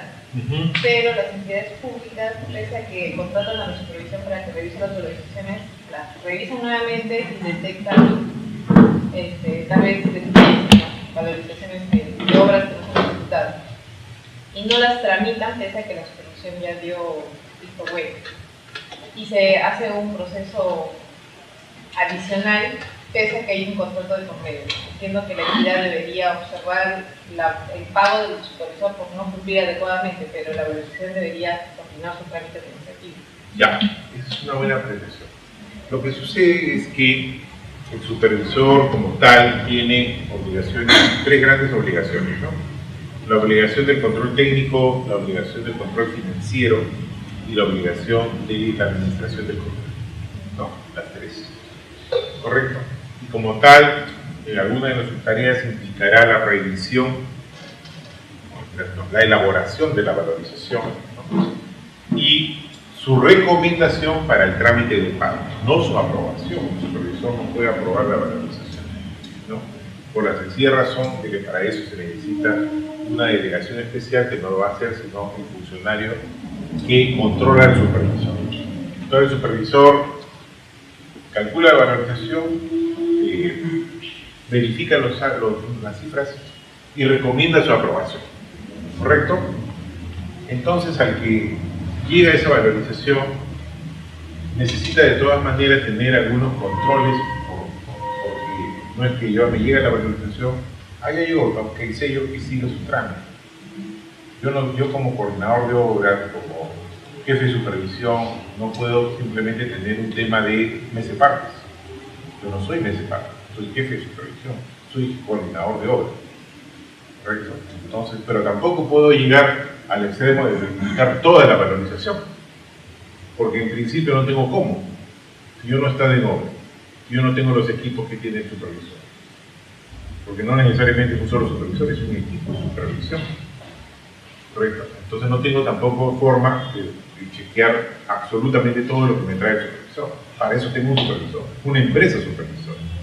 Correcto. Entonces, lo que plantea la señorita sí puede generar más atrasos, ¿no? Pero es necesario hasta cierto punto. ¿Qué es cierto punto? ¿Cuánto es bueno y cuánto es malo? Eso depende ya del estilo gerencial de esa persona. Siempre hay que tener en cuenta que por más todo lo que te demores va a generarle al contratista la posibilidad de una ampliación de plazo. Entonces, no debería ser tan demorado. Ahora, si encuentro que el supervisor se ha equivocado y demuestro que se ha equivocado, acordémonos que ese supervisor tiene un contrato con la entidad y yo lo puedo demandar por el contrato. Correcto, porque esa es su responsabilidad. Él no va a recibir, como no es funcionario de la entidad, no va a recibir responsabilidad administrativa, solo civil y en ser el caso y penal también, pero no administrativo, entonces no me queda más que demandar.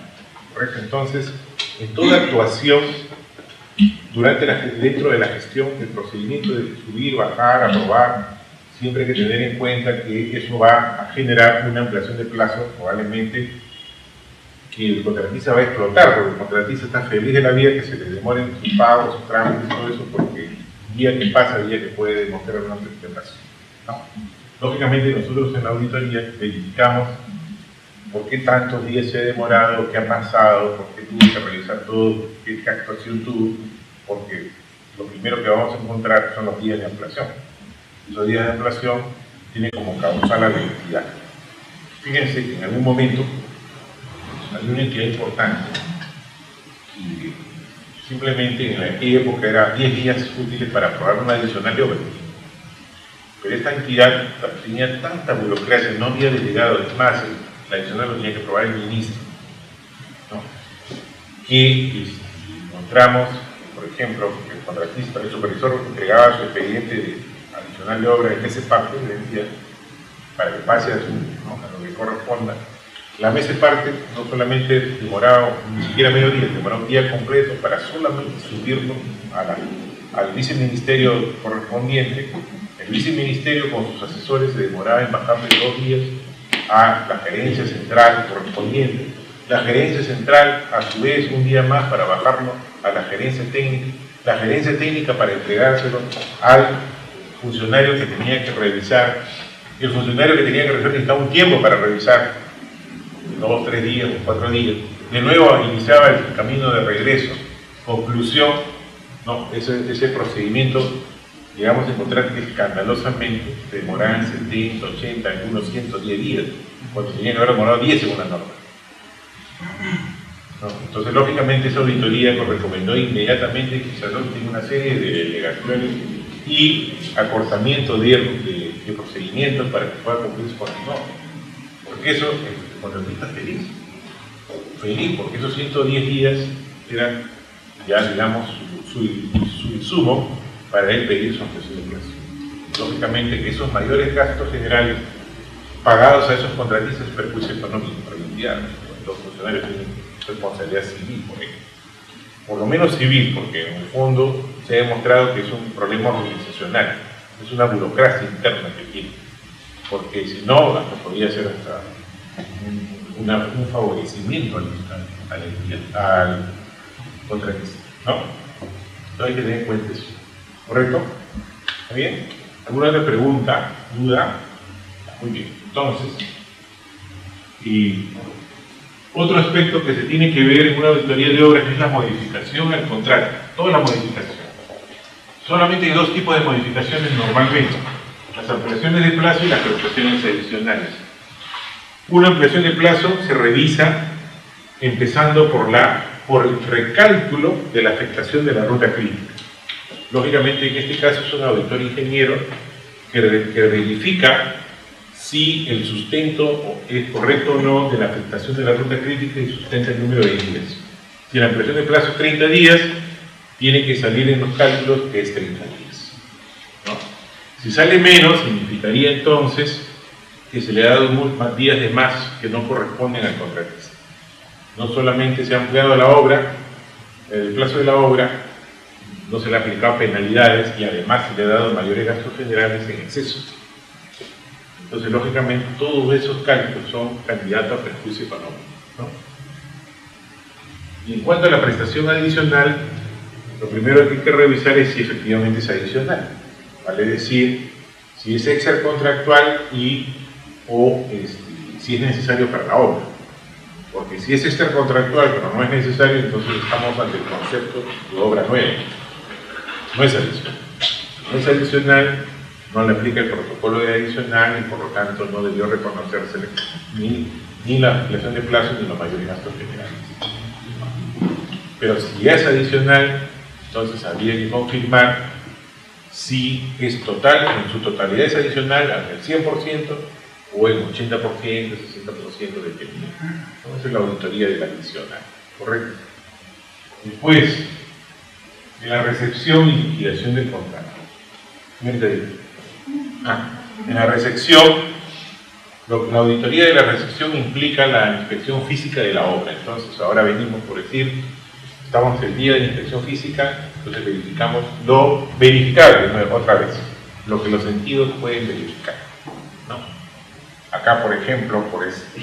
Por decir, tenemos 1, 2, 4, 6 luminarias, ¿no? Entonces, verificamos que en la recepción de obra se ha confirmado que en el expediente había 6 luminarias y en la recepción han puesto que hay 6 luminarias. Enhorabuena, ¿no?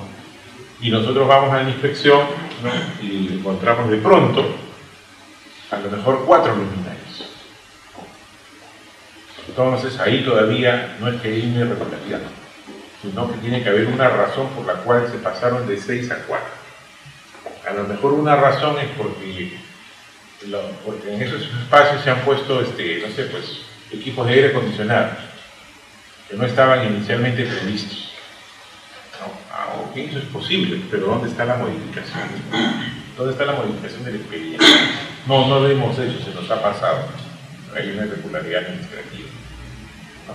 Entonces, esa es, digamos, la auditoría de la recepción. La auditoría de la liquidación, acuérdense que la norma de contrataciones habla de que la liquidación de obra en un contrato es una liquidación de saldos, ¿no? O sea, cuánto me debe, cuánto te debo. Y lo que hace la auditoría es recalcular los montos que la entidad declara que ya han sido pagados o que ya han sido de alguna manera recuperados del contratista. Se hace un recálculo, debe salir exactamente igual. Si no sale, significa que le ha dado de más en el liquidación. ¿Correcto? Y por último, el tratamiento de las controversias. Como las controversias pueden terminar en conciliaciones o arbitrajes, lo que hace la auditoría es verificar o comprobar la actuación de los funcionarios en el tratamiento de las solicitudes de los árbitros o la presentación de información o la forma en que han defendido la posición de la entidad. También tiene que ver si realmente era necesario ir a una controversia, porque a lo mejor los funcionarios pudieron haber tomado algún criterio erróneo y eso conllevó a lógicamente una controversia con el contratista. Correcto, entonces hay que ver. No se va a auditar el laudo, porque el laudo es un tema de cosas juzgadas y no hay nada que hacer con el laudo. No, eso no se audita. ¿Sí? ¿Preguntas hasta ahí? ¿Dudas? Bien. Un poquito cerrando el tema, hemos dicho que esta auditoría trae 3 tipos de responsabilidades: administrativa, civil y penal. La administrativa puede ser grave o muy grave si calza en alguna de las 47 conductas que está establecido en el reglamento de sanciones de la Contraloría General. Si calza en la 48ª, no es grave, ni muy grave, es leve. ¿Cuál será la diferencia entre grave o muy grave?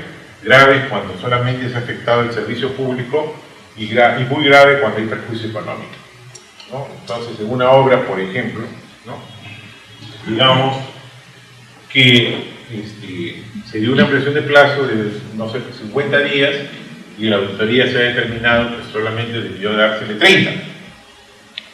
Entonces, ¿qué aplica ahí? El hecho de que tú le has dado más ampliación de plazo cuando no le corresponde implica que los beneficiarios de esa obra, en vez de recibirlo en abril, lo reciben en mayo.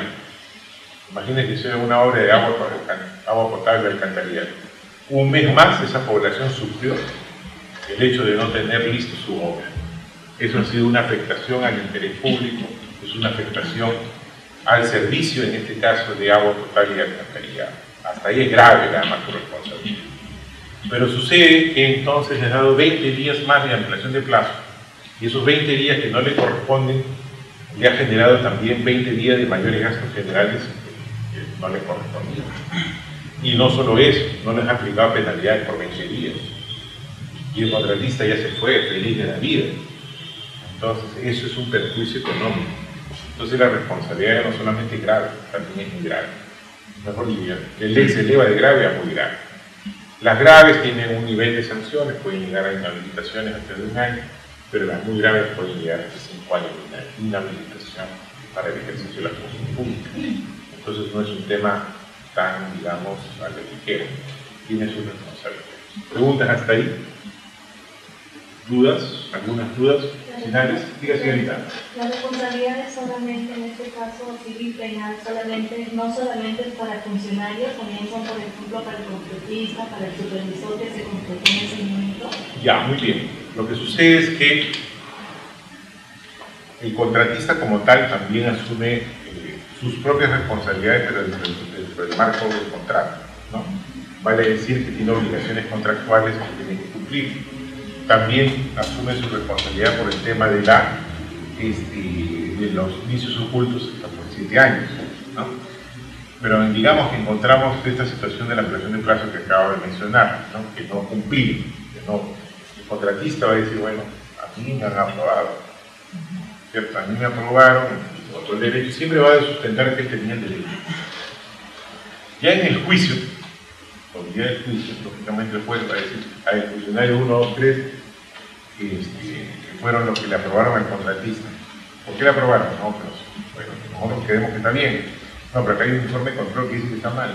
No, nosotros traemos nuestro perito que dice que sí está bien. Entonces genera un debate pericial, ¿no? Ya le tocará al juez adoptar una decisión respecto a lo que está mirando en el debate pericial, ¿no? Pero, oiga, ¿y el contratista qué dice? Mira, supervisor. No, entonces, a veces los informes de control, dependiendo de los hechos, ¿no?, también recomiendan a la entidad llevar como tercero civilmente responsable al supervisor, porque fue todo el supervisor el que ha generado todo. ¿No? ¿Ok? ¿Preguntas? Señorita. Haciendo un paréntesis con el tema de la pública, hace cuestión de unos días han aparecido noticias de la renuncia de la presidenta ejecutiva del OCE y de Javi Guarda, me parece también, por haber arrendado inmuebles, digamos, pagando un precio altísimo. ¿Qué tipo de responsabilidades tendrían estos funcionarios? Mire, en principio, cuando hay unas denuncias, ¿no? Hay una directiva específica de denuncias que manda un protocolo, ¿no? Que es básicamente confirmar los aspectos de denuncia, ¿no? Entonces, nosotros lo primero que tenemos que hacer es entender cómo es que estos alquileres se dan en el contexto de la norma, ¿no? Porque la norma dice bien claro, la norma actual dice que para alquiler de local se permite la contratación directa. O sea que en principio, acordémonos que la contratación directa es una excepción que trae el Reglamento Nacional el Reglamento de Contrataciones para no llevar a cabo un proceso competitivo. Y también recordemos que el proceso competitivo, ¿no? Lo que pretende hacer es obtener la mejor alternativa económico-financiera para la entidad. Por eso así hace la competencia, ¿no? Para que haya varios proveedores y yo pueda obtener la mejor oferta.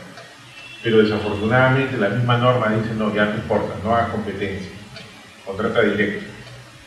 Y para eso también hay que cumplir con actos preparatorios y todo lo demás que nos dice la norma. Entonces lo que hay que verificar es eso primero. Si se ha cumplido o no el protocolo, ¿no? Que nos dice la ley de contratación. Si se ha cumplido, ahora vamos al segundo punto, el punto de la necesidad. ¿No? Si realmente no es necesario que alquiles otro lugar. Ahí, no sé, ahí habrá que ver, el sistema todavía está, seguramente en algún momento habrá que investigarlo, ver informes técnicos, informes legales, cómo se iba a tomar la decisión de alquilar, ese en primer lugar. Después tenemos que ver, ¿y por qué en ese lugar?